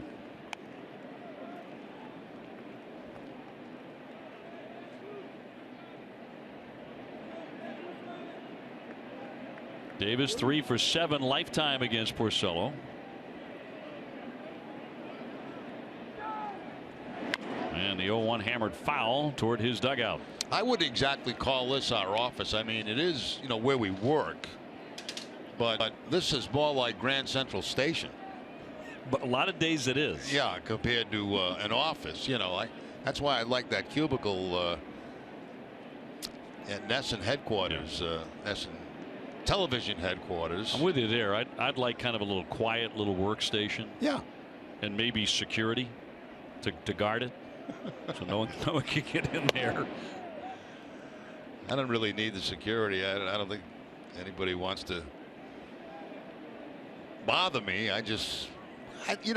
Basically I'd like someplace to go. Well, this is perfect. I mean, we have more people that come in and say hello who just gaze out at our view. Yeah. And say, man, you've got the best seat in the world. And we certainly do. That he offered that, he did. So Davis will walk away a strikeout victim, and they're at 2 down. Like a changeup that time, and you see Rajai Davis not able to control the head of that bat, and no argument from Davis as he's called up, I believe, by the home plate umpire. Yeah, that was Hudson who rung him up. And now Santana, the batter. Let's bring in Garen. Well, Jerry, you know, if you ever need to borrow a cube, you can definitely borrow mine at Nesson. Oh, you don't use it, Garen? I'm never there. No, I'm never there. So, but it's packed with bobbleheads and tons of photos that kind of drive everyone crazy. I love all that. I love like a desk just packed with knickknacks. So you might not have any space, but you're more than welcome to use it. Well, I appreciate the offer, but I can't deal with knickknacks and pictures of other people's family and stuff like that. They freak you out. Yeah, I wouldn't know where I was. But I do appreciate the offer. You sound like you really appreciate the offer. You're not jumping on the chance. Santana with a runner at second base, and that misses. We do love the visits, though, and we had a lot of them today. We probably had 30-40 people in the booth today. A very busy day today. Yesterday we had a young lady come in and sing to us a song of her own origin. Here comes the 2-0 pitch, and just inside for ball 3. Never know what you're going to see here.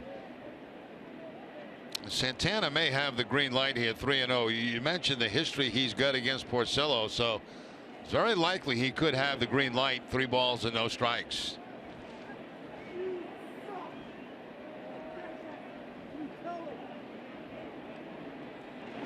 .30 pitch, but that one is hammered foul. Fans with Benjamin Moore, you can paint like no other. Go to benjaminmoore.com to find your nearest retailer.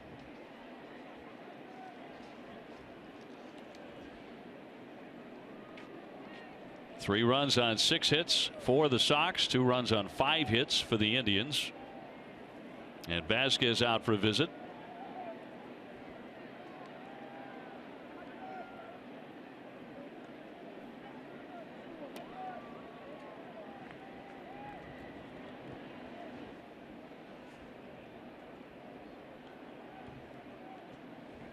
Uribe at second after his ringing double. He has a pair of those today.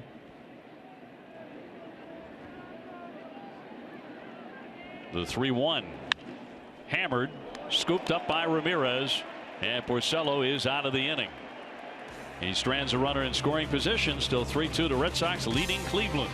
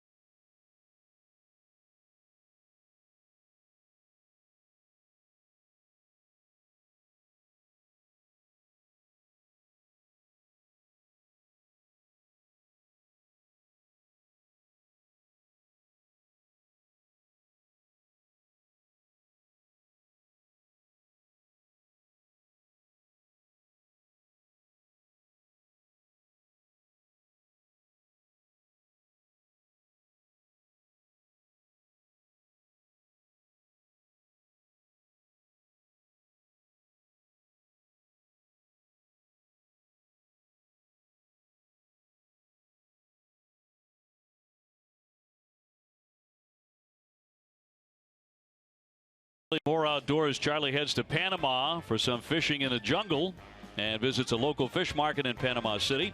Catch all that and more on Charlie Moore Outdoors tonight at 6:30. And the last half of the fourth inning coming up. Red Sox with a 3-2 lead. Mookie Betts on the day with an infield single. He's also grounded out to third base. Coming off a 5 RBI day on Saturday, a career high for Mookie. 3 for 5 with a double and 2 homers.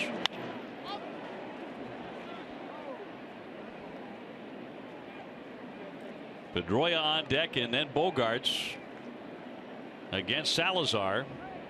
First inning, the Red Sox jumped on it for 3 hits and 2 runs. In the second inning, he gave up another run on 3 hits. He has settled down a bit since then, and a bunt attempt, but fouled in the air, back out of play. That's a tough ball to bunt because 2 reasons. It's a fastball with good velocity on it, 94, and plus it's high. And it's tough to get the barrel of the bat on top of a high fastball like that. You don't see Betts do that very often, trying to drop a bunt down that third base line. He told us in spring training he was going to look to bunt a lot more frequently this year, but that hasn't happened yet. He did get out of the gate in such good shape against Cleveland by swinging away.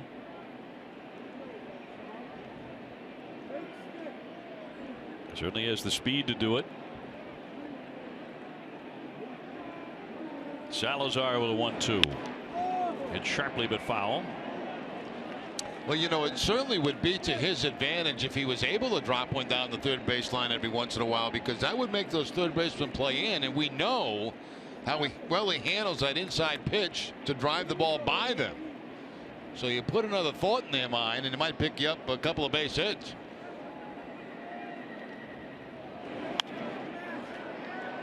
You were an outstanding bunter in your career. Who are the toughest kind of guys to bunt against?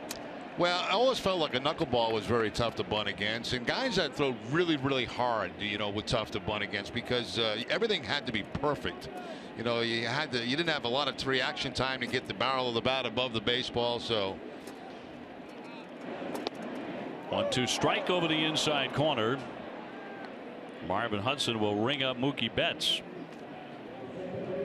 Looked like it might have been that split-fingered fastball. Looked like it was a little bit inside. It was supposed to be away. It stays inside. You can see Yan Gomes pulling that ball back in toward the corner, and they do get the call. I think that ball was inside. 1 away for Pedroia. He has walked and scored. He's also flied to left. So trying to run his inning streak to 6 in a row.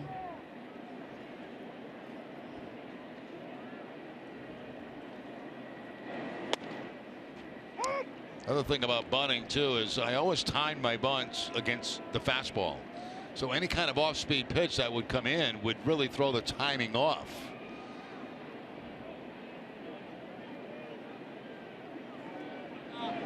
One down into the dirt. The only time I'd look for a breaking ball and try to bunt it was down the third base line, but most of the time I didn't do that. You know, it was interesting. I was not a very good bunter down the third base line, but teams still played me in, and I picked up a few base hits going to the opposite field that way on the ground.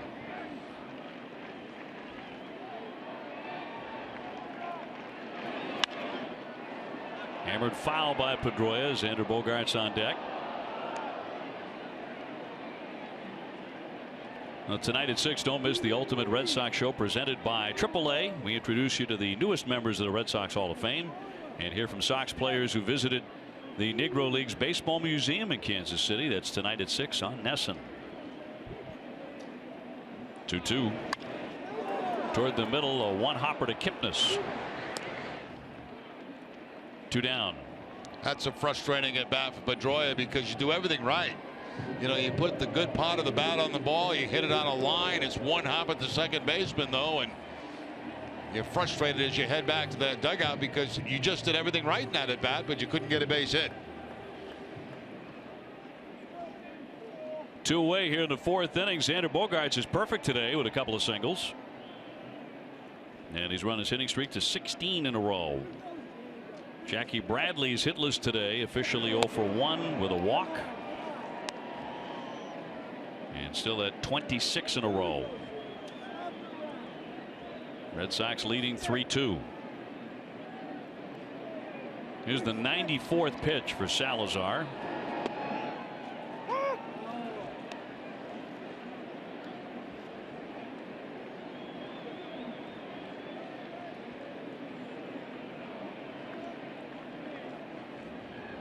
The 1-1. That missed away. Over the last 152 games that Xander Bogaerts has played in, he has now rung up 216 hits. That's the most in baseball. It's even a lot more than Altuve. 2-2. Everything away from Bogaerts in this at bat. The first two at bats were inside. He picked up base hits by pulling the ball, and this time everything has been away. David Ortiz is 2 for 2. He's up next. Fouled away.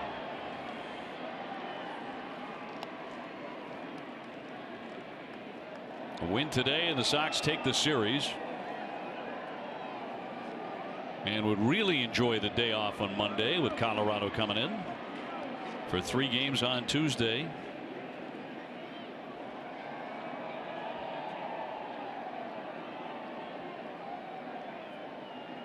Yesterday, one of the most complete victories of the season for the Red Sox, 9-1. Behind a brilliant Joe Kelly. Still 2-2.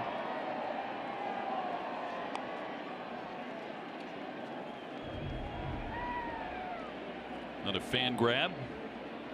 Eventually. Guy wasn't even in the pitcher, and he gets a deflection.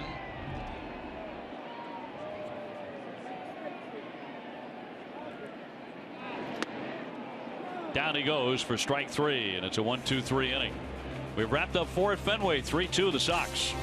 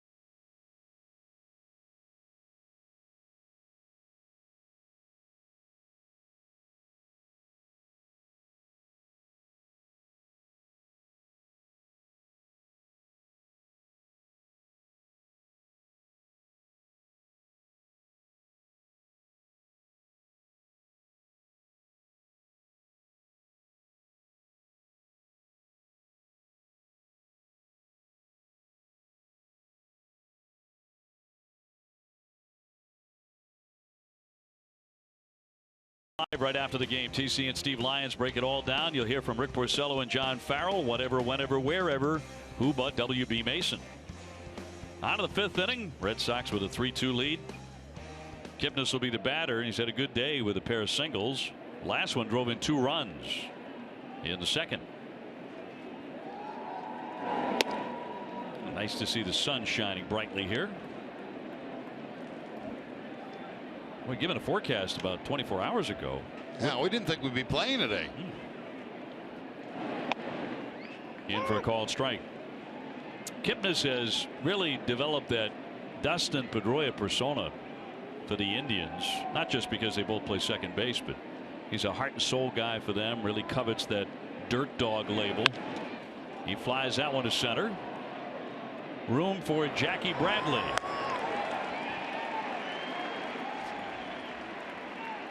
So Kipnis now 2 for 3. Check out an all-new Red Sox report Tuesday at 5. We reflect on the career of Hall of Fame third baseman Wade Boggs. Don't miss this week's Red Sox report Tuesday at 5 on NESN. His number is going to be up there. Starting to get a little crowded. And that's a good thing. Lindor 1 for 2 with a base hit.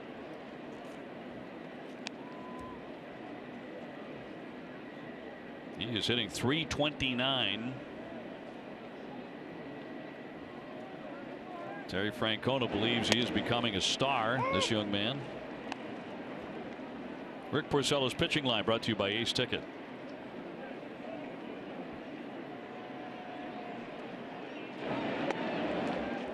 Cross for a called strike with a curveball. That's a good curveball there by Porcello. It's one that you give up on immediately because you think it's going to be outside. Then it's a big break. Brings it back into the strike zone.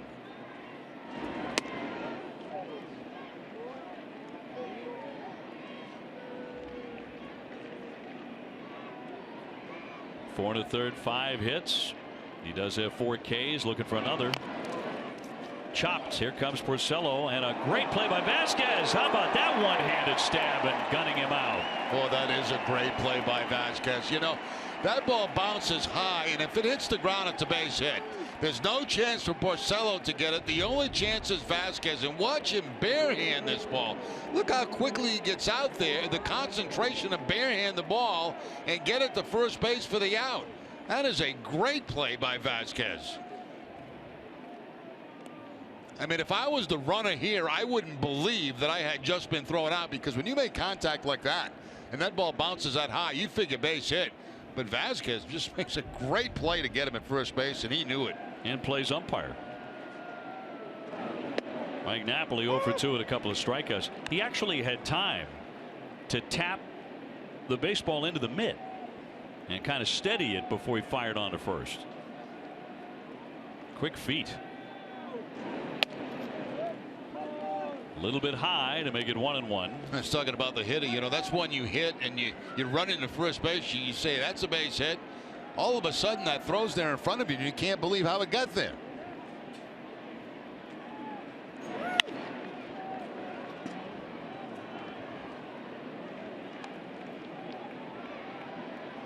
Well, stay tuned for the mid-fifth studio show after the third out, presented by GMC.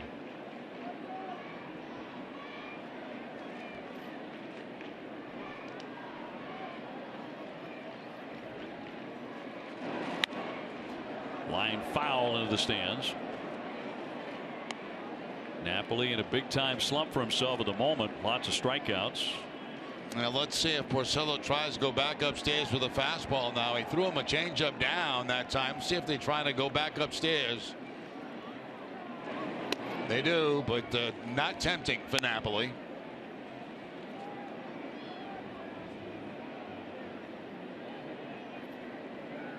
Tommy Hunter getting going in their bullpen. This is pitch number 103 for Porcello. Swing and a miss, and Napoli strikes out for the 7th time in the last 2 days. Let's go to our studio now. TC and Steve Lyons for the mid-fifth studio show presented by GMC.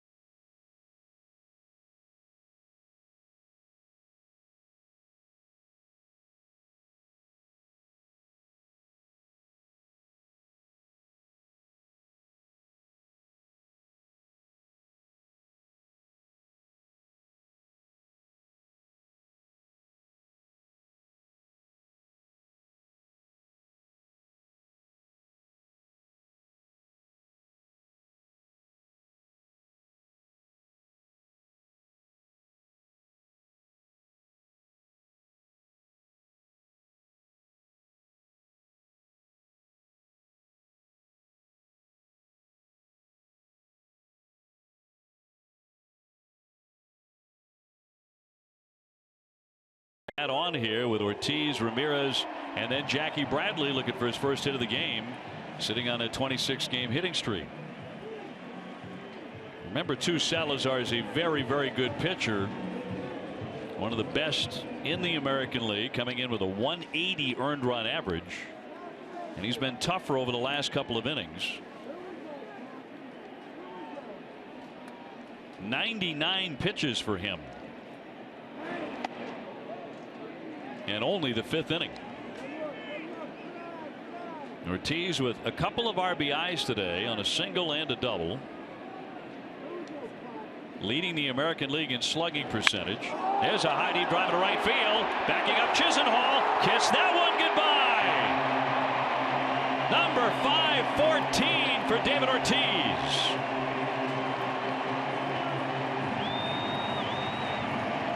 And the Red Sox expand the lead to 4-2. Now, what did we talk about earlier, Dave? The bat speed of David Ortiz at the age of 40 years old is just remarkable. And there's a great example. You got a guy out there that's throwing bullets. He throws him a low fastball, and Ortiz is all over it. That ball's on the outside part of the plate. He's still able to hook it on a line for the home run. I mean, it's just amazing what we're watching with this guy at his age.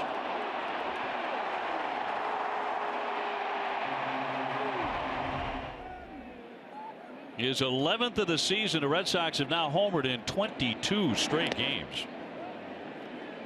Speedway proud to be New England's first choice for value and convenience. For every Sox homer, Speedway donates $500 to Boston Children's Hospital. Stop by a Speedway near you and pick up your Speedy Rewards card and start earning points today.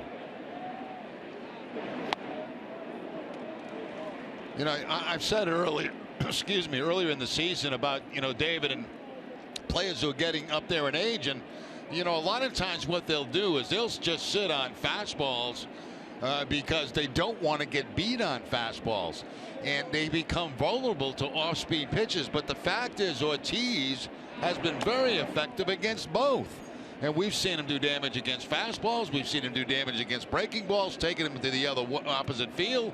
I mean, it's been remarkable.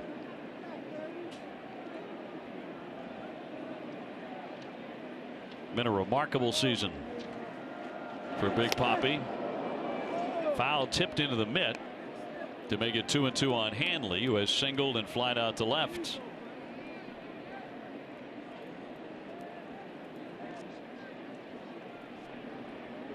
This may well be the last inning for Salazar at 105 pitches.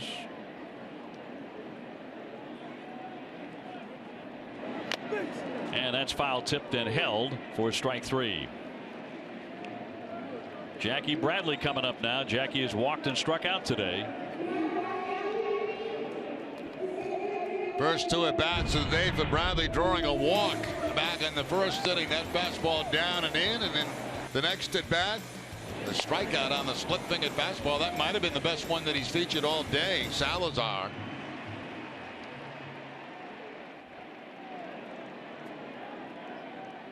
So Jackie right at 340, trying to extend the hitting streak. He takes a strike. DraftKings, the official one-day fantasy baseball partner of the Red Sox. Experience the thrill of playing on DraftKings now. Play free daily using the promo code NESSON at DraftKings.com. 1-1.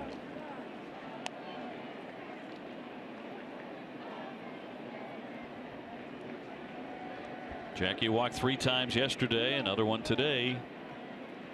Shaw, the on-deck hitter. There's a line drive base hit. The hitting streak has reached 27 in a row. And he goes back to first base. He got a hanging curveball that time, and he did not miss it. Jumps all over the breaking ball for the line drive to right field. I think you can see the enthusiasm from his teammates inside that dugout whenever he gets a hit. They're as pumped as anybody in the crowd. Watch the pitch, watch the location, stays upstairs, and Bradley Jr. all over it. Little bit on the outside part of the plate, but because it's off speed and it's elevated, he's able to hook that ball, top spin line drive to right field for the base hit. So that'll do it for Salazar. The Red Sox knock him out on 8 hits and a very high pitch count over 4 1/3 innings. Jackie Bradley 27 in a row, and we'll be back in a moment.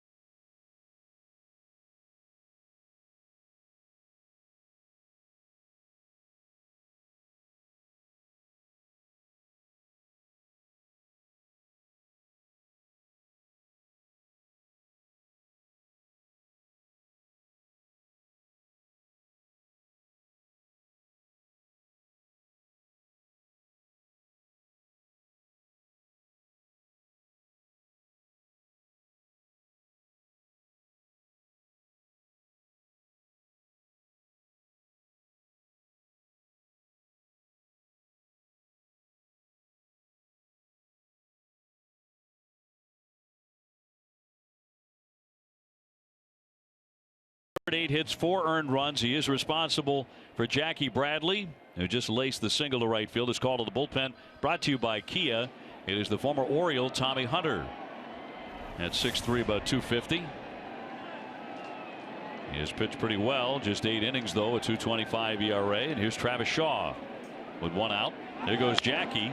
That's pop foul, out of play. Had a very good jump to it, first base. Hunter has kind of a high leg kick, and certainly the Red Sox and Jackie Bradley know that. He took off on the very first pitch. Watch the leg kick.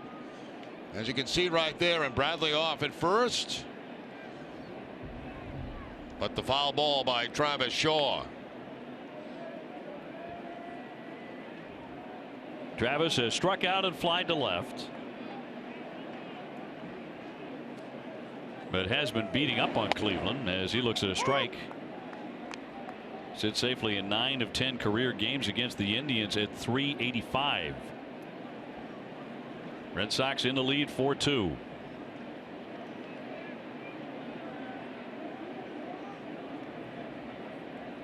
Bradley on at first base with 1 out. Not running.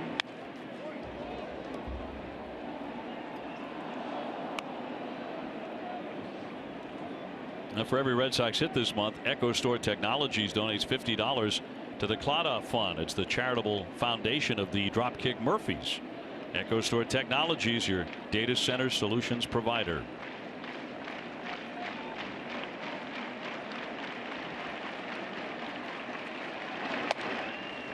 One and 2. Red Sox grabbed 2 runs in their favorite inning, the first. Cleveland tied it in the second. Red Sox went ahead with another run in the bottom of the second. David Ortiz is homered here in the 5th. And the Sox looking for more now against the bullpen of the Indians.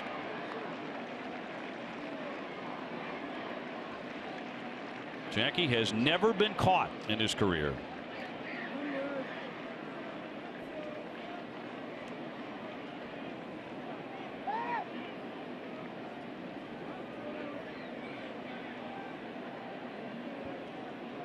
Blake Swihart on deck.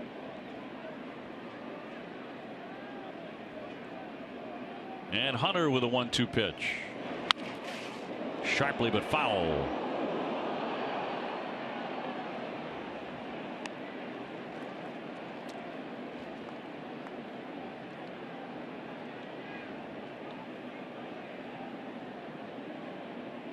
Shaw with excellent numbers against right-handers, a .349 batting average against righties, one of the best in the American League.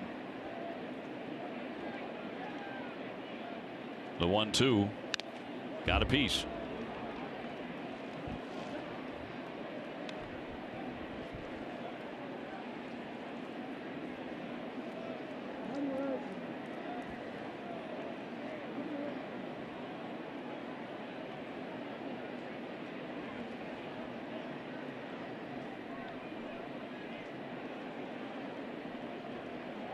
The 1-2 to Travis. Late cut and a miss, and down he goes for strike 3 on a big fastball. So he strikes out for the second time today. Well, calling all college baseball fans, the ACC baseball tournament begins Tuesday morning at 11 on NESN Plus, continuing every day until Saturday. To find a complete schedule, visit NESN.com/NESN Plus. You know, we talked about the velocity of Salazar. Well, that last pitch from Hunter was 97 miles an hour away from Travis Shaw for the strikeout. That's all the Red Sox have seen so far today. That's inside for a ball. Big heat. Swihart has struck out and he's taken ball 4. 0 for 7 in the series, so he's due.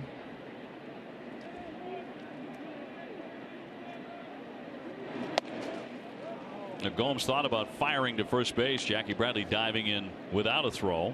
Always a thought for a catcher with a left-handed hitter up there, you know, that kind of blocks the catcher from the runner at first base. And you've got to make sure when you get in your secondary lead that you get back to that bag if there is no swing.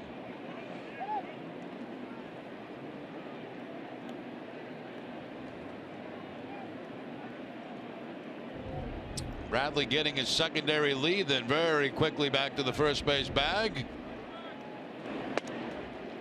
It'll be outside for ball 3. 3-0 on Swihart. Vasquez would hit next. Red Sox in the lead 4-2.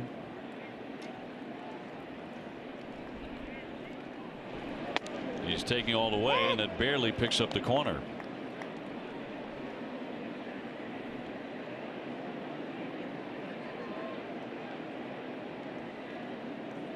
Sox with 2 home runs yesterday, another one today.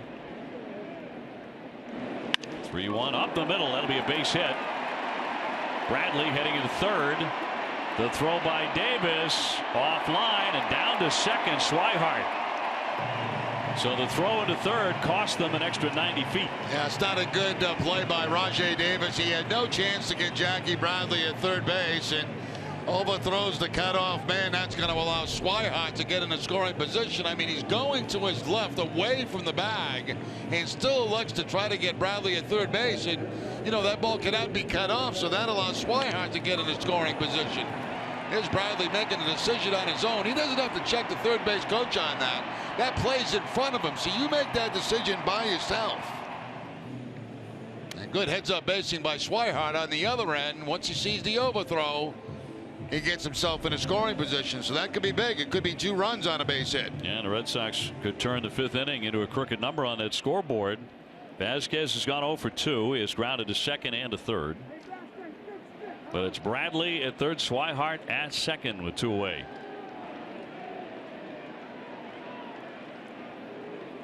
And so Hunter in some trouble. He deals a strike.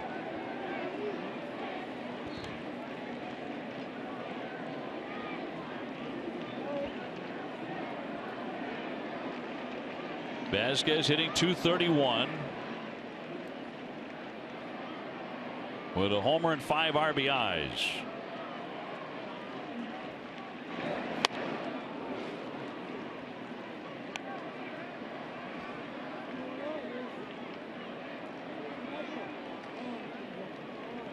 Betts hoping to hit in the inning. He has a single today. One more hit and the Red Sox get to double digits in hits yet again. And Vasquez getting time here.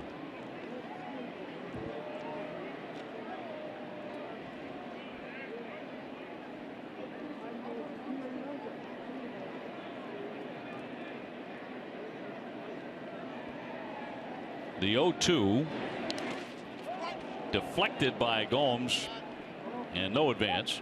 Good job there by Gomes. He saved his club a run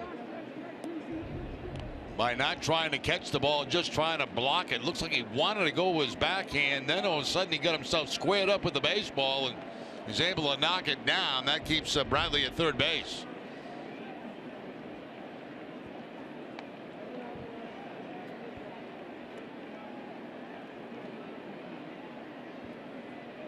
The Sox catcher waiting on a 1-2. Off the edge. Good take there. 95-mile-an-hour fastball.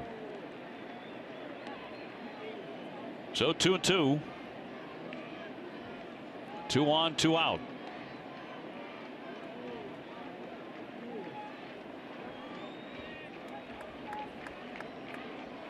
And Hunter fires. Loop foul back out of play. Hunter spent a number of years with the Baltimore Orioles,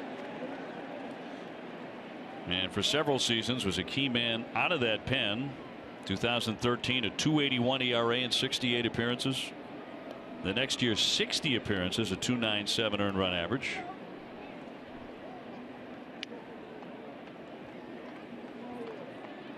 Salazar knocked out.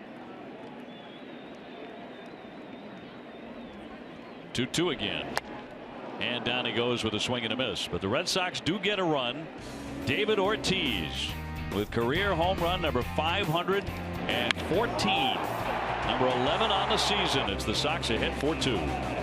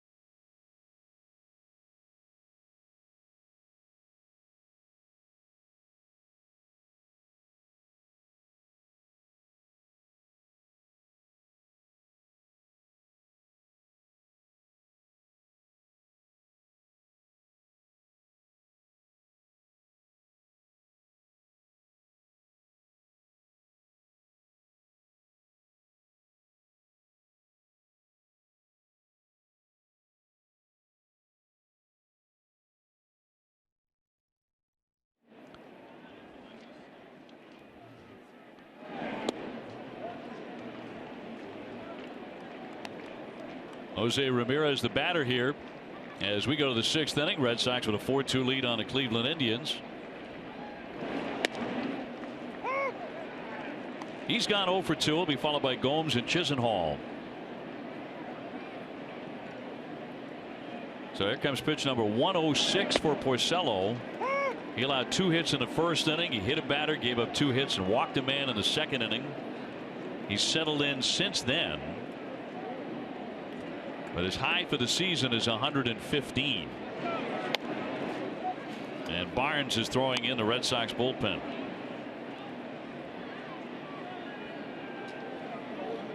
So this will not be a long performance by Rick Porcello today. Bounding ball, and Hanley with a backhand, and Porcello will get there for out number 1. Time for a game break, brought to you by Jordan's, the furniture store of the Boston Red Sox. Here's TC.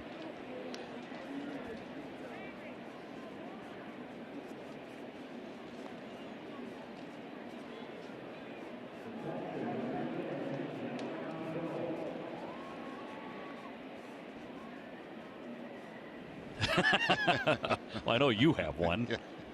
TC's always in NESN. Toronto, by the way, a last place team, 21-24. You surprised? 7 games out of first place. Yes, very much so. Gomes has flied out twice. He bats here with the bases empty, and he will look at high, ball 1.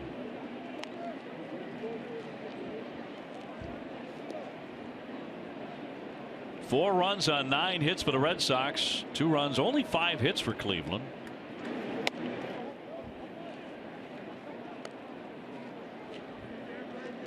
Chisenhall on deck. Red Sox trying to take 2 out of 3 and then really enjoy their day off on Monday. Number 111 for Porcello. Fly to center field, but it hangs up high, and Jackie Bradley coming in. 2 down. Stay tuned for Red Sox Final, presented by Plainridge Park Casino. TC and Steve Lyons will have scores, highlights from around the American League East, and preview the Sox next series against Colorado. That's 7 in a row retired by Porcello. Chisenhall is hitless. He's 0 for 2.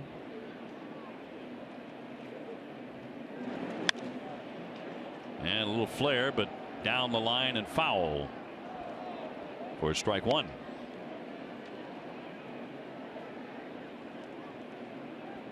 So it's certainly looking like Porcello's last inning.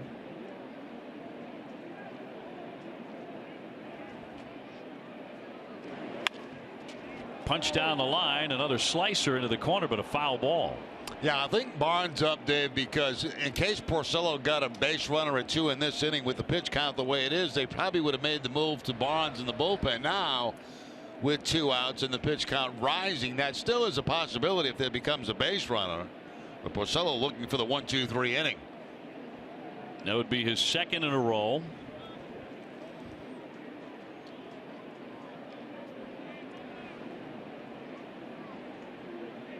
Two strikes on a lefty hitting Chisenhall, and here comes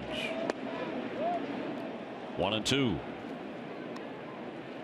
Uribe on deck, and he has been trouble for Porcello today with 2 doubles. And he doubled yesterday to break up the no-hit bid by Joe Kelly. Joe, I think, was deeply touched by the ovation from the fans, and that one is going to drill him. Chisenhall could not get out of the way, hit by a pitch. 2nd hit batsman for Rick today. And here comes John Farrell.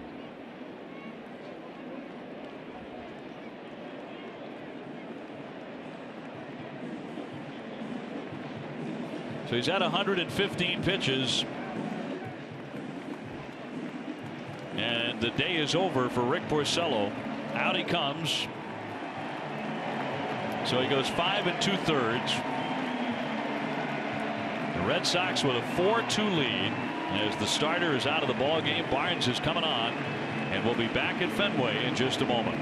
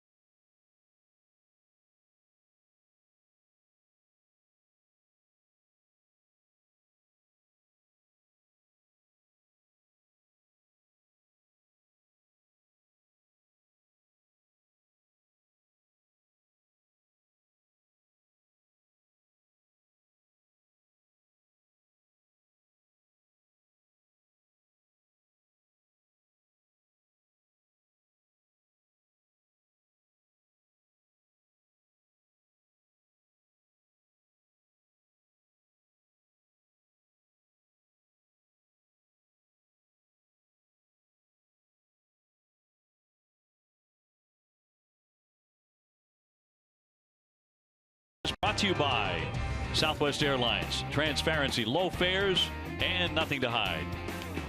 Jerry Remy, Dave O'Brien with you. Aaron Austin as well from Fenway. The Red Sox making a pitching change. Under sunny skies here at Fenway Park with a 4-2 lead. Matt Barnes to make an appearance. His pitching stats brought to you by McDonald's. I'm loving it. 2-2 and ERA right at 3. Porcello leaving a runner at first base after hitting Chisenhall.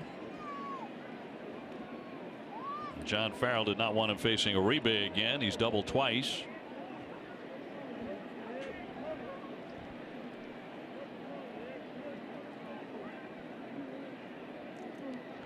Two men out here in the 6th inning for the Indians.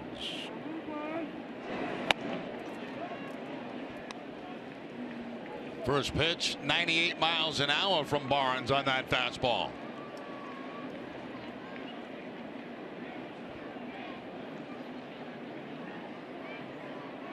Matt with 18 strikeouts in 21 innings. A lot of those on the big fastball. Here's the 1-0. 2 balls, no strikes.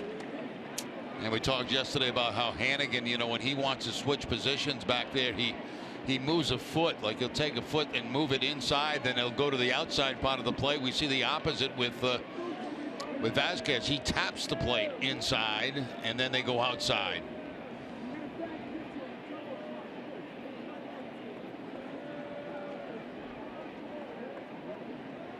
To Uribe, very aggressive as always. 2 balls, 1 strike. That's what I'm talking about with Vasquez on the previous pitch. You'll see him tap on the inside part of the plate, then move away.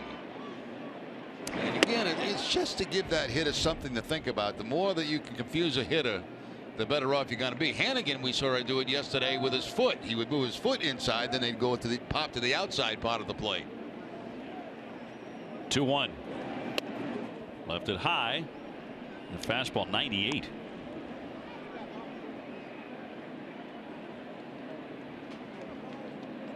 So 3-1 on Uribe. He's always a popular guy in any clubhouse he's in. His nickname is Poppy.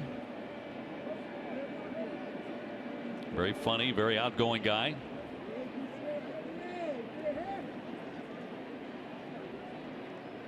.37 years old. Here's the 3-1 pitch.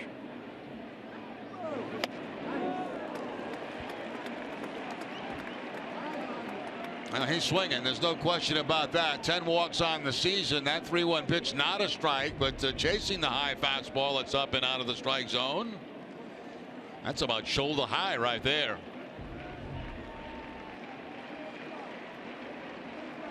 Barnes looking to put him away. Rajah Davis is on deck. 2 down.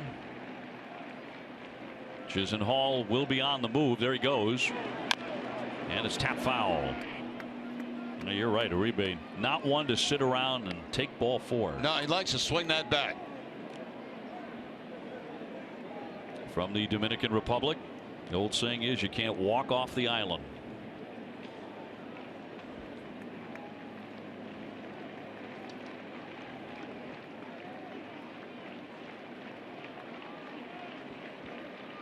The 3-2 again to Uribe. Chisenhall running. Check swing is just outside. He will take a rare ball 4. Tonight at 10 on NESN Sports Today, Jerry breaks it all down here at Fenway Park. Red Sox closing out this series. NESN Sports Today is presented by People's United Bank. See what know-how can do. Here's Davis now. He's hit by a pitch and struck out.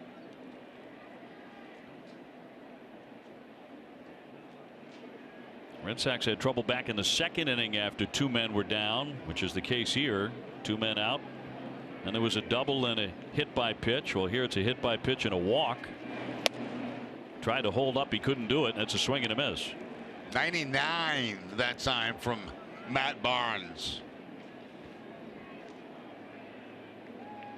Red Sox are getting the left-hander Tommy Lane going in the bullpen.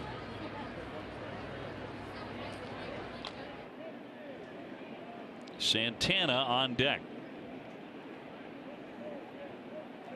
Red Sox up 4-2, but 2 men aboard here for Cleveland. And now 0-2 on Davis.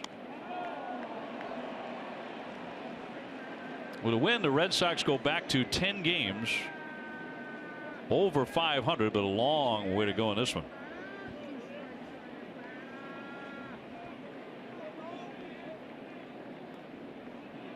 and in the hands of the bullpens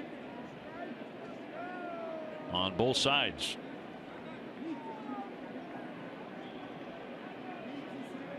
The 0-2 pitch from Barnes. 1-2.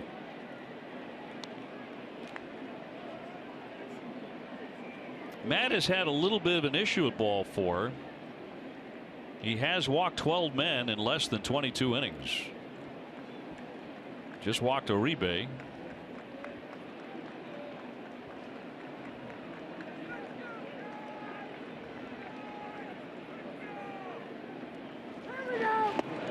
Waved at and missed, and he came back with a curveball to strike him out.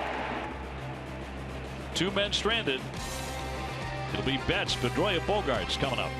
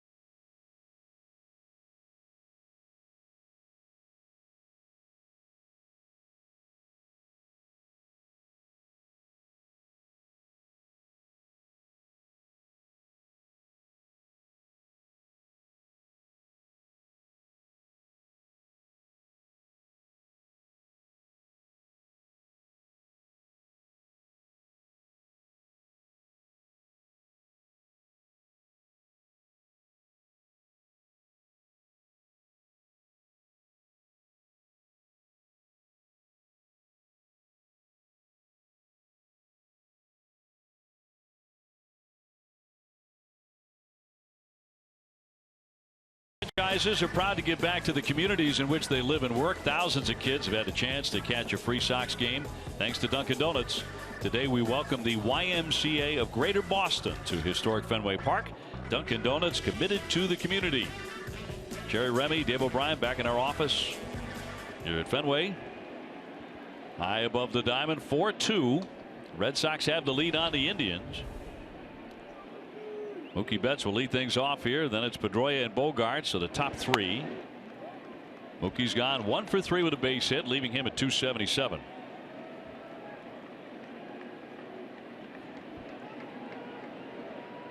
He had a great day yesterday with the grand slam, 2 homers, 5 RBIs, but nothing changes with him as he lines that one past Uribe. That's going to keep on rolling in the grass up against the monster, and now an extra base hit. His second hit of the day. You know, that's what we were talking about earlier, Dave. The fact that Betts can just wear out that third base line with ground balls and line drives. And, you know, you were talking about the bunt. And just the threat of it brings the third baseman in a little bit. Now, that ball you can't throw by Betts inside. You just can't do it. You see where Uribe is playing off the line. He goes to the backhand, can't get to it in time. And from that point there, it's going to be an automatic double for Mookie Betts. I mean, you just can't throw the ball by Betts on the inside part of the plate. You can't do it. That's a mistake anytime you try that. Red Sox with 2 guys back to back who love that pitch inside. Here's Dustin Pedroia, and he'll take a strike. On the day, a walk, a fly to left, a grounder to second. And trying to push his inning streak to 6 in a row. Let's see if he tries to push the ball to the right side here and advance Betts to third base.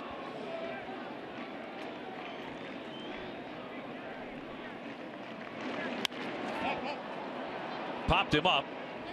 On the left side, here's Lindor, the shortstop, taking command. One man away. Bogaerts up next. Tough pitch to do it on, Dave. He got a breaking ball that time, and you know that's a pitch that generally you pull, and that time Pedroia getting underneath it for the pop up to the shortstop.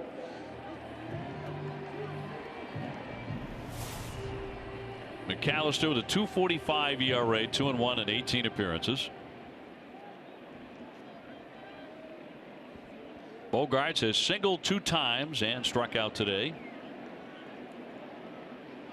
He has a 16-game hitting streak. If you missed it earlier, Jackie Bradley did get a hit. He ripped a single to right. 27 in a row for him. And David Ortiz has homered as part of a 3-for-3 day for Big Papi with 3 RBIs. And still making friends.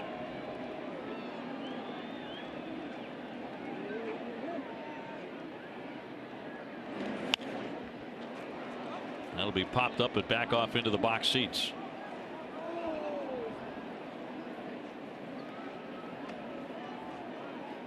Red Sox big winners yesterday. Getting outstanding pitching. Big time offense again. Pitching has been pretty tough today, although the Red Sox have again put up 10 hits. The Indian starter, one of the best in the American League, Danny Salazar, knocked out after 4 1/3. He had a 1.80 ERA coming in.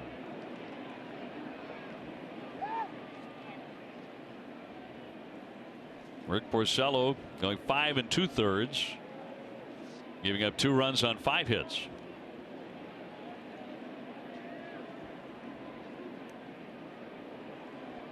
One man out, Betts at second, and the 1-1 to Xander will not be made.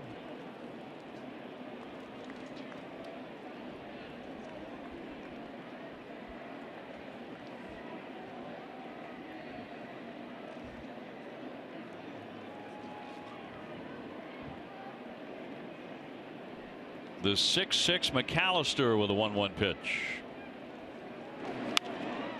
And popped up foul out of play. The Celtics have the 3rd pick in the NBA draft. NESN.com has complete coverage and analysis of the draft plans. Your home for the latest sports news, schedules, and scores. Visit NESN.com today.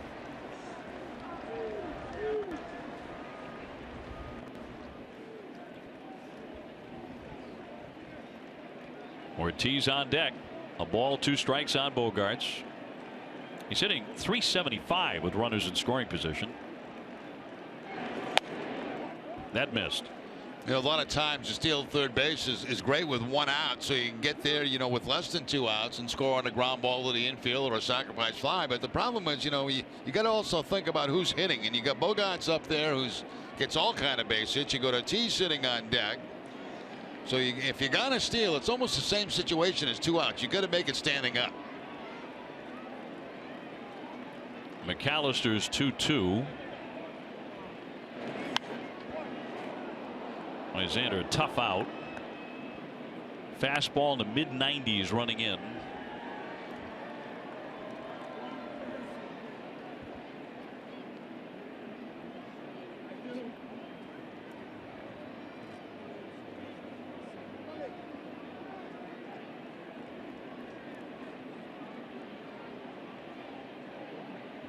Can he make it 5-2 Boston?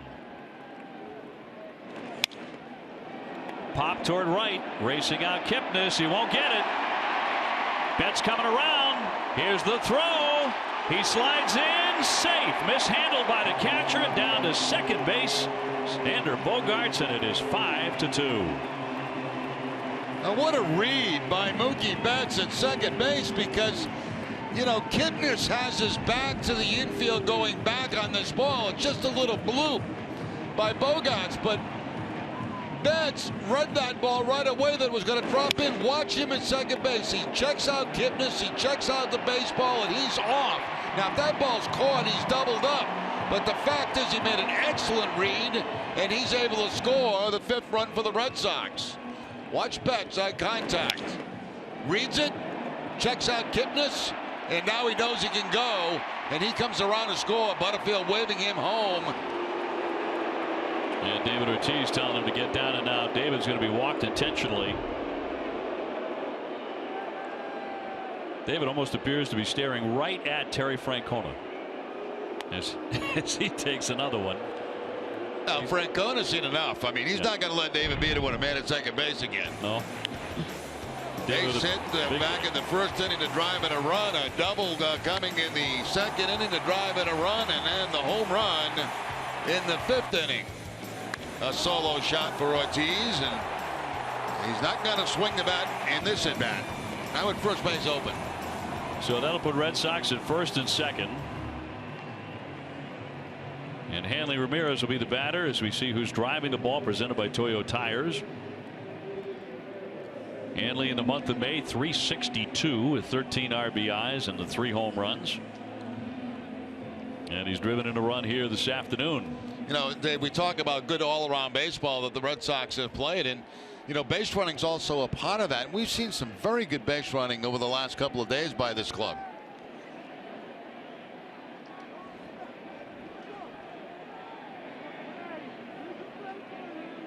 One man out and 2 men on. And the Sox looking for some serious breathing room right here. Now the catcher Gomes will come on out for a mound visit.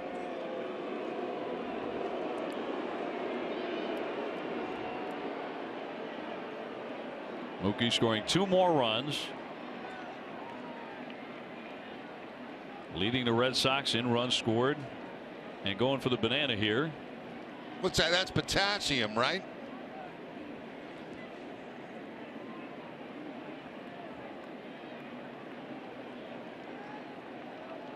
First and second, and down into the dirt. Speaking of diets, I mean, you've been going on your half diet. How's that working out? Still on it. Down to about 168. Nice. So about where I want to be right now. I don't want to get much lighter than that. Or should you? What was your playing weight? About 160, 155, 160. Well, you're bearing down. 1-0 on Hanley.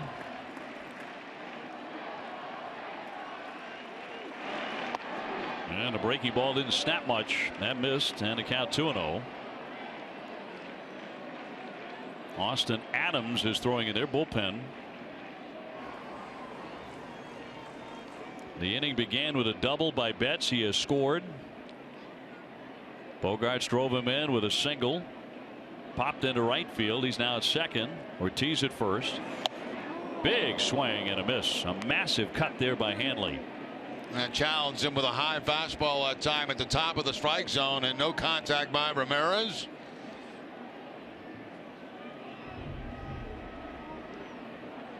That fastball actually was supposed to be away, but it rides up and in and becomes still very effective against Hanley.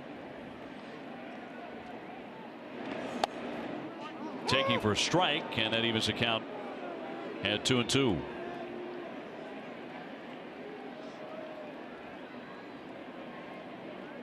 Jackie Bradley, the on-deck hitter.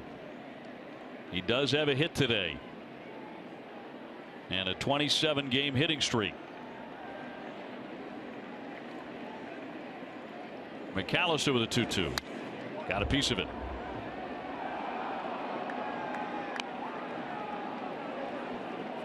Five runs, 11 hits for Boston. 2 runs on 5 hits for Cleveland.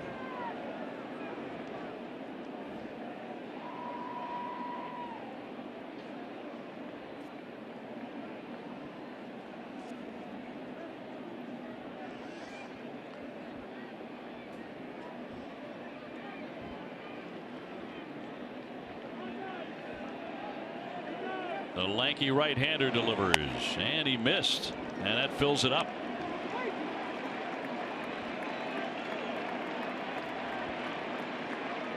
So 3-2. This crowd eager for more runs.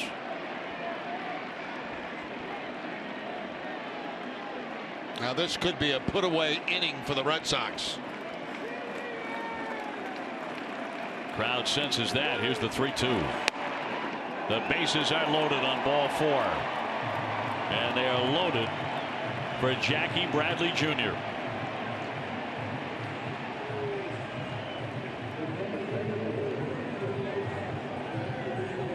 He has gone 1 for 2. The Sunday Smiles are brought to you by Hair Cuttery, the home of Smile Back Guarantee. No small print, just big smiles. And it was a breaking ball for Bradley. That was kind of a hanger that time. That was taken into right field. A top speed line drive for the base hit and keep that streak alive for Bradley.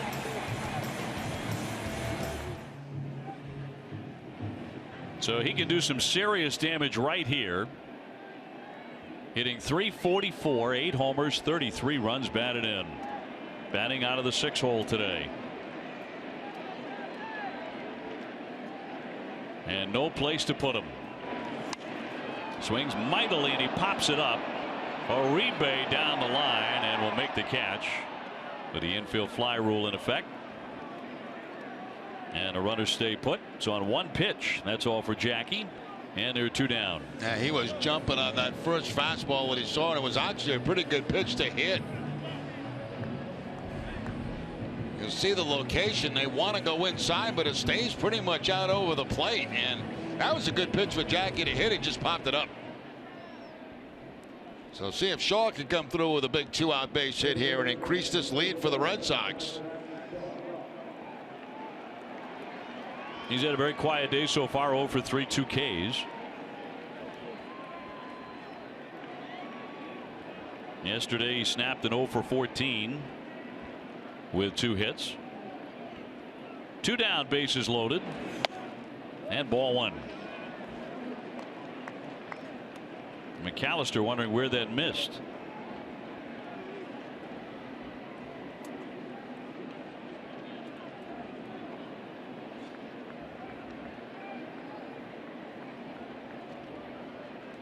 The 1-0 pitch. Ball 2.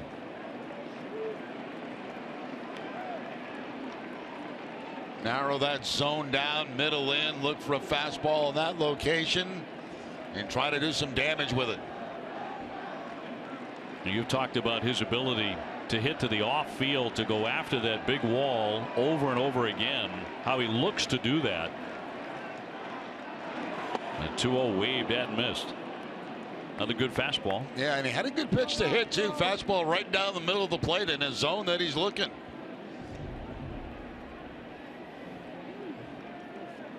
But it just went right by him at 95. 2 balls and 1 strike.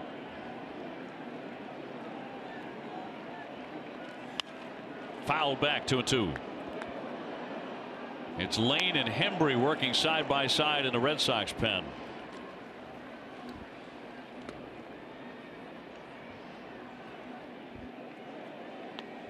Bogarts at third. Ortiz at second. Ramirez at first.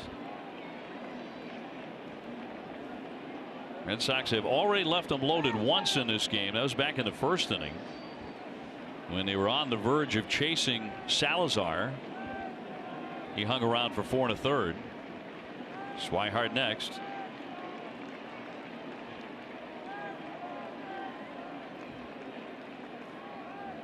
Now the 2-2 to Travis. Swung on and missed, and down he goes. They leave him loaded again. Kind of a frustrating inning. The Red Sox get only the 1. 5-2 Boston.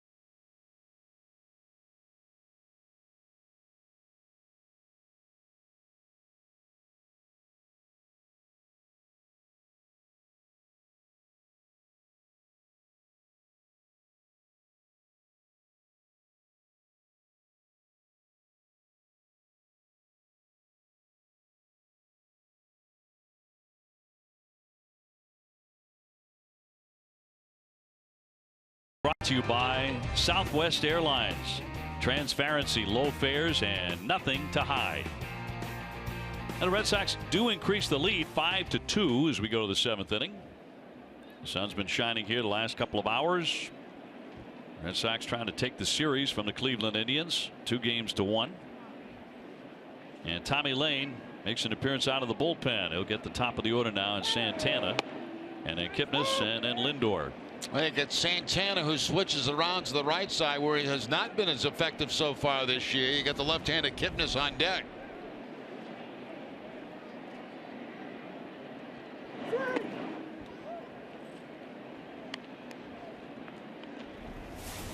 Lane in his 15th appearance, 2.45 the earned run average.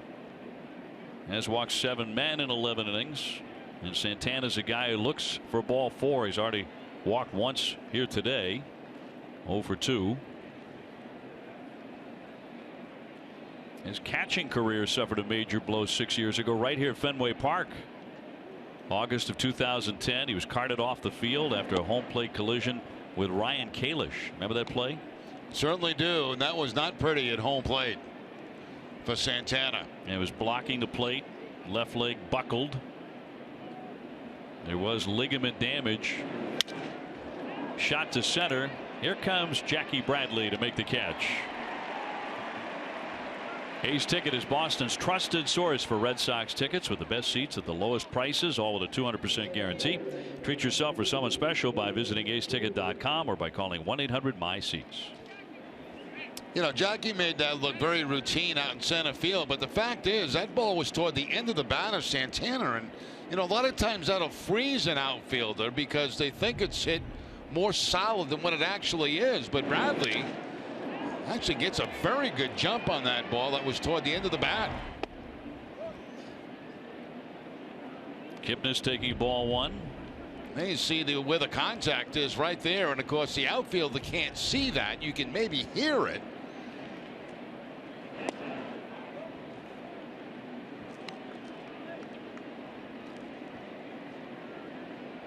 Kipnis 2 for 3 with a 2-run single back in the 2nd inning.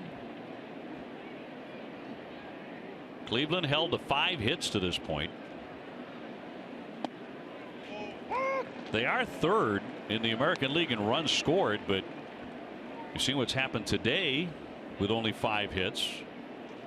And yesterday, Joe Kelly no-hit them for 6 2/3. And held them to 1 run. Tuesday at 6, don't miss Red Sox first pitch, presented by Joseph Abboud, available at Men's Warehouse. TC and Tim Wakefield have an update on Jackie Bradley's hitting streak and profile the Rockies' third baseman Nolan Arenado. And that's a pretty good offensive team coming in. Yeah, good offense, struggling with the pitching.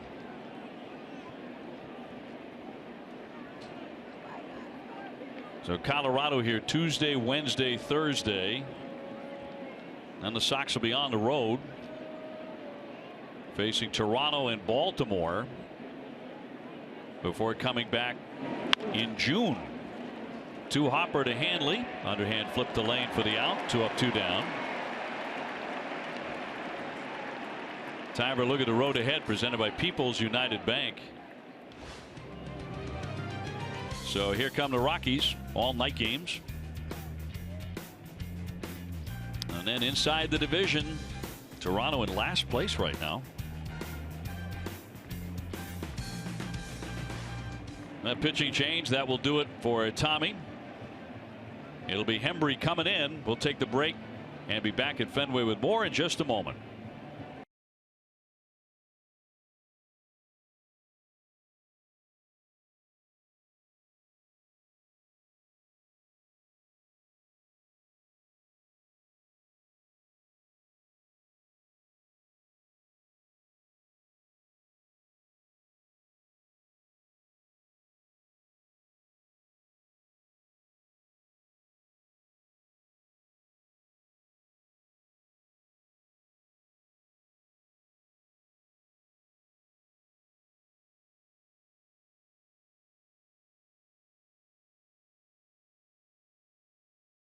And it's going to be a heavy day for the bullpen, certainly, because Porcello went 5 2/3.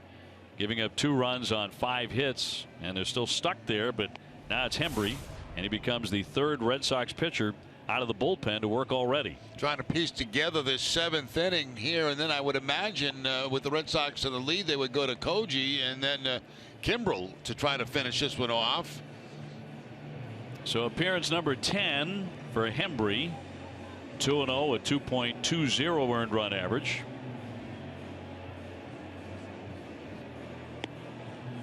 Rick Porcello did strike out 5 men while he was in the game.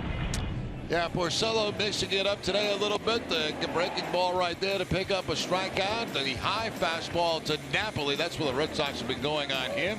Looked like a changeup that time, and back to another changeup for Porcello. High fastball again to Napoli. So, you know, Rick had a lot of pitches early in this ball game. That's why he had to come out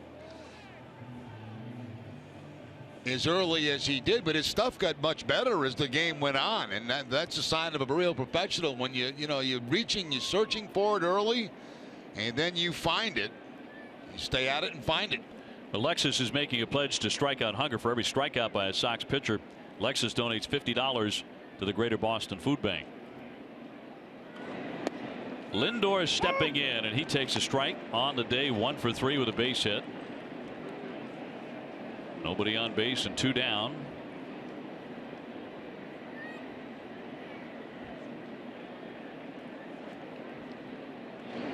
The 0-1 hammered to Pedroia. He snags that one. Nice play and gets him. He has played a terrific second base all season long.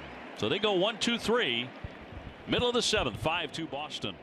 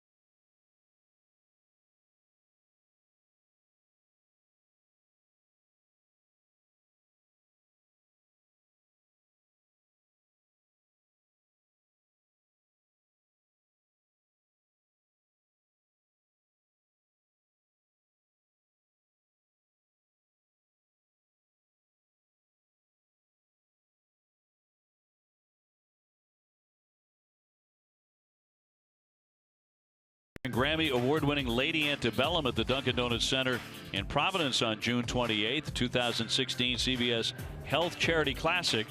Get your tickets at Ticketmaster.com/Charity Classic Fenway. We are on to the last half of the 7th inning. Austin Adams is their new pitcher. His numbers from Columbus at the minor league level, pretty impressive. A 1.10 ERA. He's out of Millbrook, Alabama.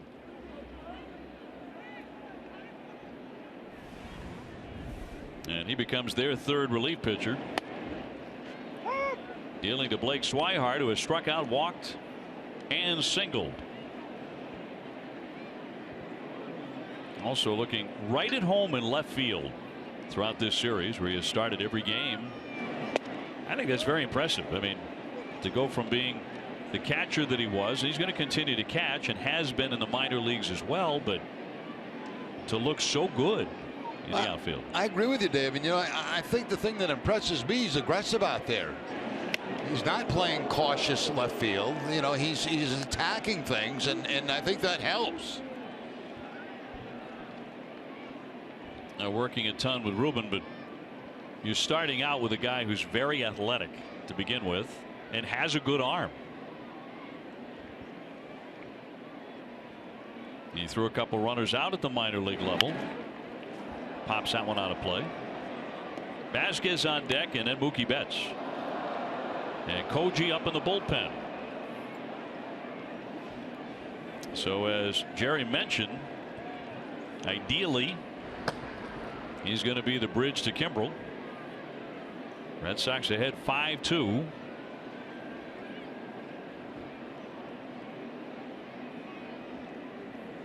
And the 2-2. And got him looking. One man out here in the bottom of the 7th. That's pretty nasty right there. I mean, he hadn't seen that pitch in his whole at bat. He's seen nothing but fastballs. All of a sudden you come with the breaking ball right here.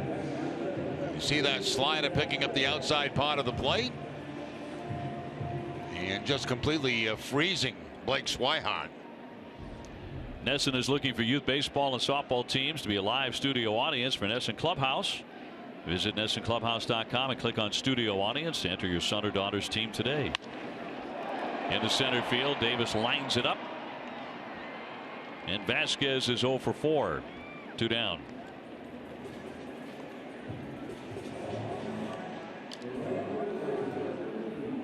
And Mookie Betts, who has gone 2 for 4, will step in next. We have to remember next year in spring training, you can't project ahead. I mean, who would have guessed that by the middle of toward the end of May, Blake Swihart would be in left field for the Boston Red Sox? Right. It's impossible.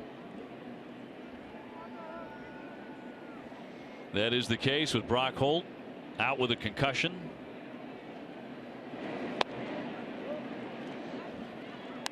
More of a whiplash situation for him, but he's still a little bit dizzy.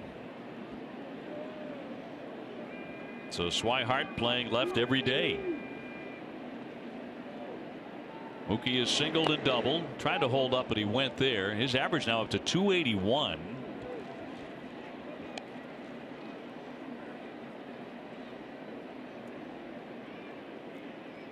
It's interesting. We're talking with John Farrell this morning about Betts, and you know, we both agreed that he hadn't really taken off yet, and I mean the numbers are still very good for Mookie Betts. They're going to get even better. He flies that one to right field. Now Chisenhall battling the sun and the wind, charging in. He dives and he hangs on. He made the catch. Man, he had a long way to go, and eventually made a diving play. 1-2-3 go to Red Sox. Tough Sky 5-2. Red Sox with the lead, and Garen has a story about Mike Napoli when we come back.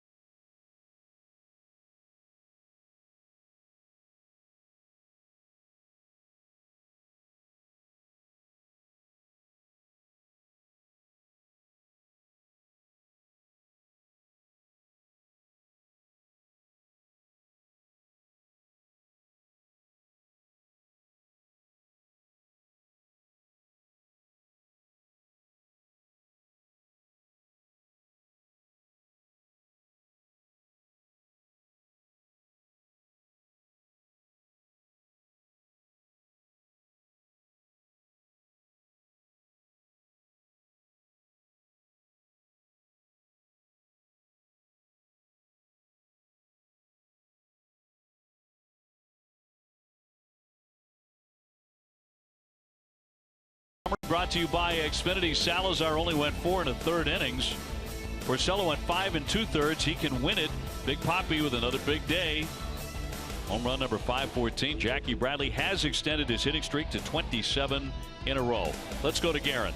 Thanks, Obi. I caught up with Mike Napoli the other day, and he said it's great to be back at Fenway Park, and this place will always be very special to him. Napoli told me that 2013 team was special, and they had something that you can't duplicate. So they were a veteran group of guys. They really wanted to win, and they cared about each other, and that really showed on the field. And he also told me that he's still very close with his 2013 teammates. In fact, guys, Terry Francona told us the other day that when the Indians were considering signing Napoli, Dustin Pedroia reached out and suggested that they sign him. Hi, Karen. Thank you very much. Very interesting there. You would think he would back him up, having won a championship together. Now, he's not going to offer to help fix anything that might be ailing Mike right now, who has struck out 8 consecutive times. 3 more times today. Well, what we've seen the Red Sox do has been pretty consistent with Napoli. You know, get ahead in the count and elevate the fastball. Struck out 4 times yesterday. There's a line shot into left. Swihart there to make the catch. Napoli probably delighted he made contact on that and good solid contact too that time off the fastball from Uehara. But again, Swihart looking very relaxed in left field. Line shot makes the play without a problem. Now there's no sense of panic with him on anything. Here's Ramirez. He's 0 for 3. Red Sox up 5-2 in the 8th inning. They have out hit Cleveland 11-5. A base hit into right field, so Ramirez is on for the first time. From improving your diet to the latest cancer treatments, learn all about stomach disease this month from experts at Beth Israel Deaconess Medical Center. Visit bidmc.org/yourhealth.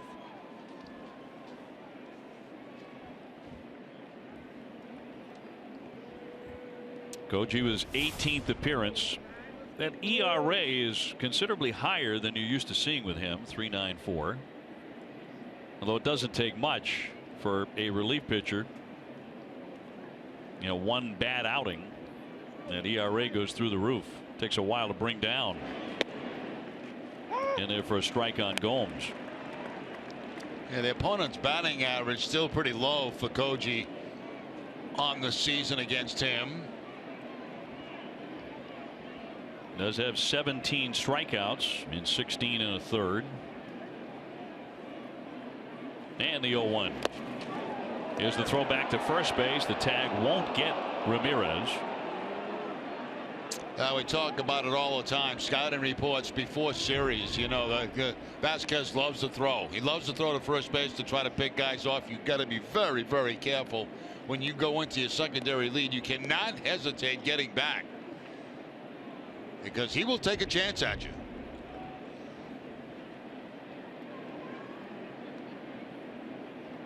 Yan Gomes hitless today, 0 for 3. He's hit it in the air 3 times. And Koji's 0-2. Punch foul. For those novice out there, when I talk about a secondary lead, you know, players get their normal lead where they'll get out about, you know, as far as they can stop. And then the secondary lead comes after the pitch is going to the plate. And that's a lot of times when you see guys get doubled off first base on line drives to infielders.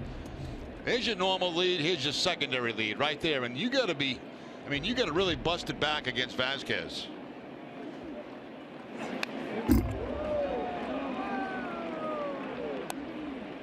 Oh, and 2 on Gomes. Vasquez has picked off 1 man at first base. That was in his first game back after Tommy John. And you know that immediately went into the opponent's scouting report. There's something you must be aware of. Nice block there by the catcher. He does so many things well back there.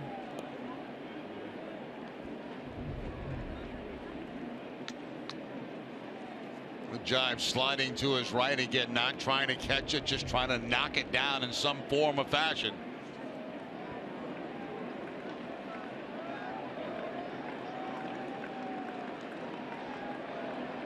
1 out, 1 on here in the 8th inning. Hammered foul. You and I both got a big kick out of Vasquez the other day when there was a check swing. He was catching, and there was an appeal to the third base umpire, and he started nodding his head yes, like, yeah, he went. He went. He was trying to talk him into it, and he did. Does it all. Got the call. 1-2. He is 0 for 3 against Koji. Line shot hooked out into the corner, and he really hooked it foul. You know, if I may for a second, Dave, talk about, you know, we're talking about the secondary lead and showing an example of it, and I don't like it when you're behind in a game like this by 3 runs. It's late in the ball game. I don't see the point in it because that run really doesn't mean anything. A line drive to an infielder, if you take a secondary lead, can turn into a double play and you're out of the inning. So, I mean, I was always taught, you know, late in games like that, when you're behind, don't take a secondary lead because you don't want to be doubled off first base. Be more cautious. Exactly. Swing and a miss, and down he goes. Koji gets him. 2 down. Fastball at 87. It's amazing how he's able to get guys to swing and miss at that pitch, and that's because they're thinking about that split-fingered fastball down, and for some reason at 87 he's able to throw fastballs by people. It still must have a little bit of a wrinkle. Yeah, probably late life, as they say. Here's Chisenhall. There's another example. 86. 86 miles an hour. Top of the strike zone.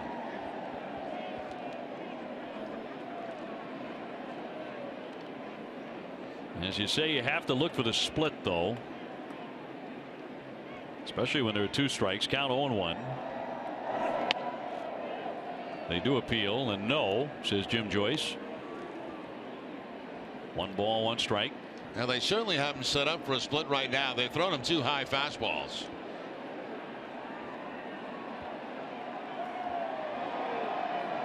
Ramirez with a short lead. Fly to left. There's Swihart near the line and puts it away to retire the side. No runs, 1 hit, 1 left. Red Sox on top, 5-2 in the 8th.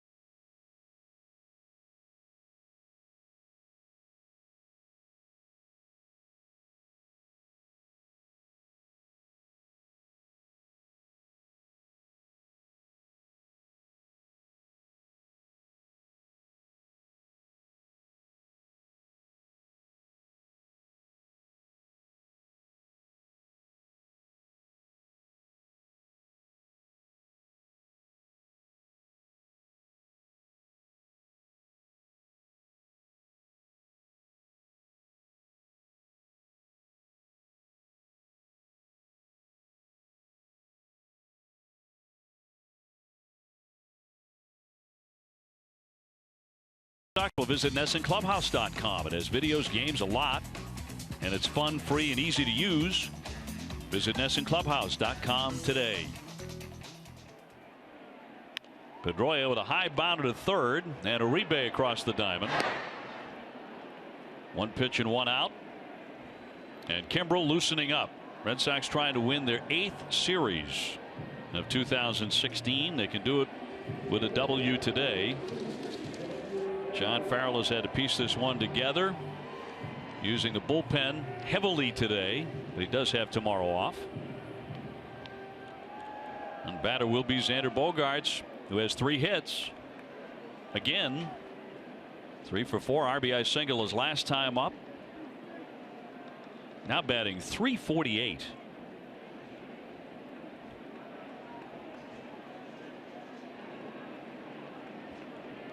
And David Ortiz on deck has 3 hits as well and needs a triple for the cycle. Well, that would be a sight, wouldn't it? You never know. No, Benji Molina had one here. Yeah, he hit it in the right spot. Remember that vividly. It was out to the 420 and it clanged away from that little sidewall there, and then it took off, and so did he, so to speak. Took him about 45 seconds, I think, to reach third base, but he got there.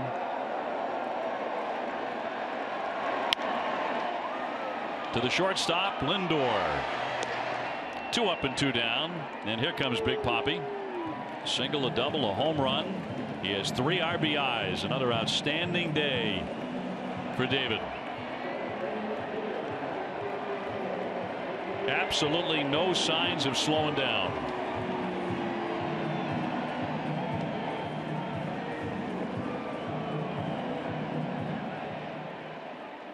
David, with the 3 RBIs today, has tied Robinson Cano for first in the American League in RBIs with 37. He takes ball 1.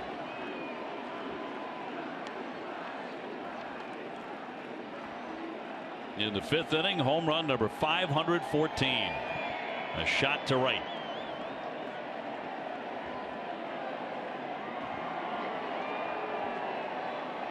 Two down, bases empty. And a strike.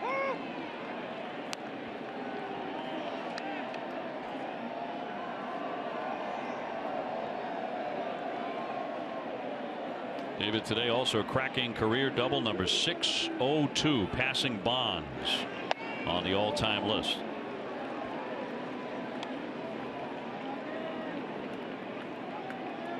Leading the American League in slugging percentage. He's 2nd in OPS. And he is number 1 in extra base hits with 30. Outside. 3-1.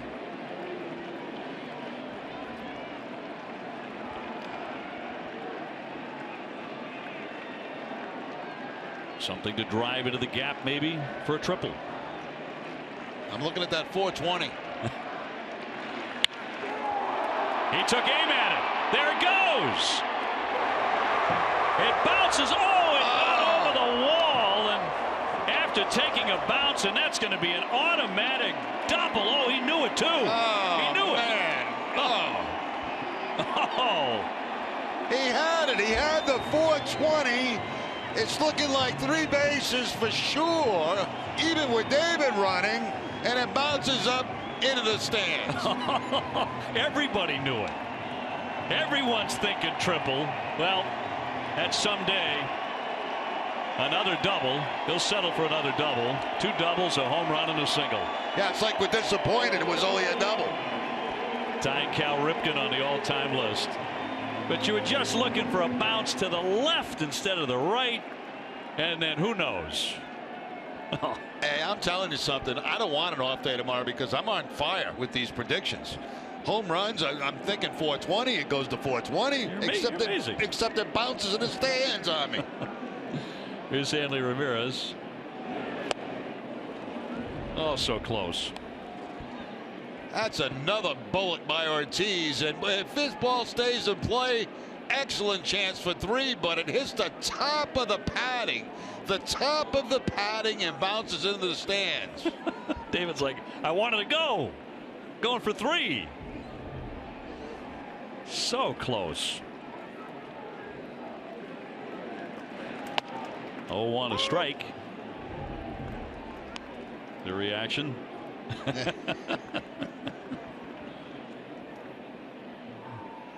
Kleibach holds this like everybody else, thinking 3 bases. I think his teammates are frankly absolutely amazed. Oh yeah, I think everybody is watching him play. At 40. Swing and a miss, strike 3, and that'll do it. So David Ortiz with a double, stranded at second base. Kimbrel coming on, 5-2. Red Sox looking to put this away.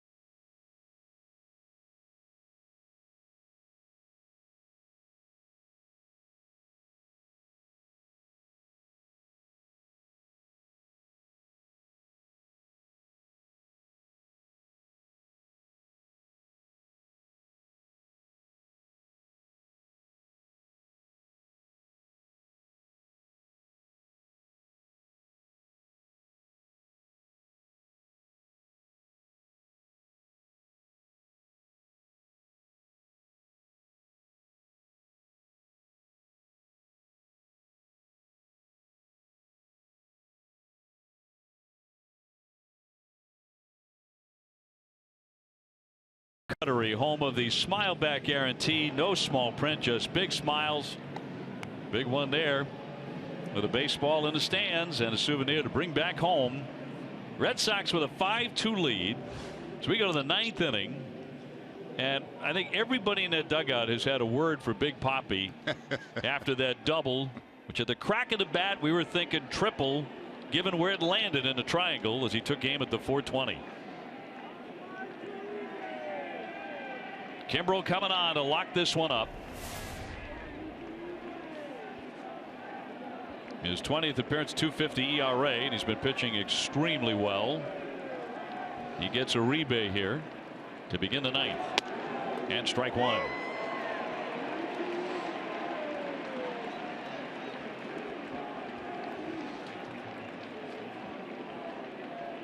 David Ortiz 4 for 4. Xander Bogaerts had 3 hits today to this point.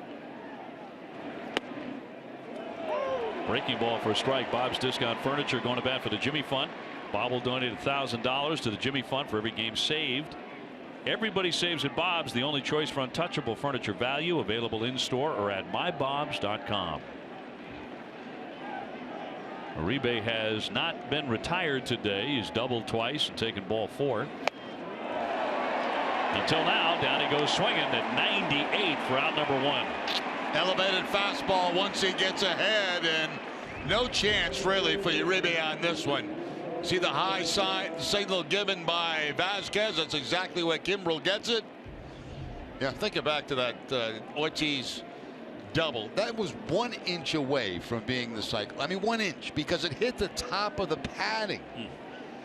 If it hits the padding and just drops, it's a 3-base hit. You were asking him to take aim at it. He took aim exactly at it. Line shot. Did it bounce left, or as you said, just stuck against the wall and dropped down?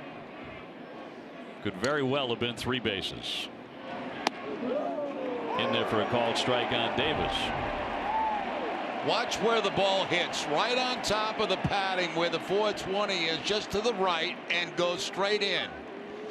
If that ball's down about an inch or 2, you're talking about 3 bases.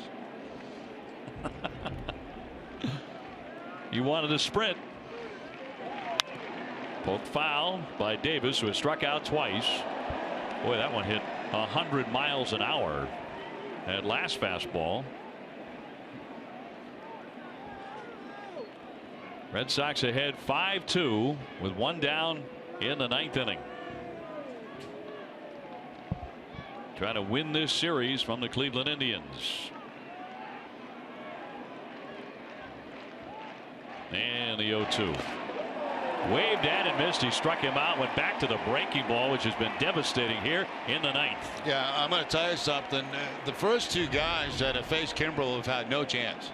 Here's the breaking ball, and that's an example of a guy that just didn't pick the pitch up out of the pitcher's hand. I mean, that ball not even close to being a strike, but swinging at it, just didn't pick it up. Tuesday, 6:30. Don't miss Red Sox Game Day Live, presented by DCU. TC and Tim Wakefield will preview the Red Sox pitching matchups coming up against Colorado. DCU Digital Federal Credit Union. What can DCU save you? So 2 down. Santana is 0 for 3 with a walk. And Kimbrel looks absolutely filthy. That's the first pitch that has not been a strike, and right at 100 miles an hour. Yeah, this is the hottest we've seen him throw. We've seen him 98, 99, but I think that's the first time I've seen him at 100.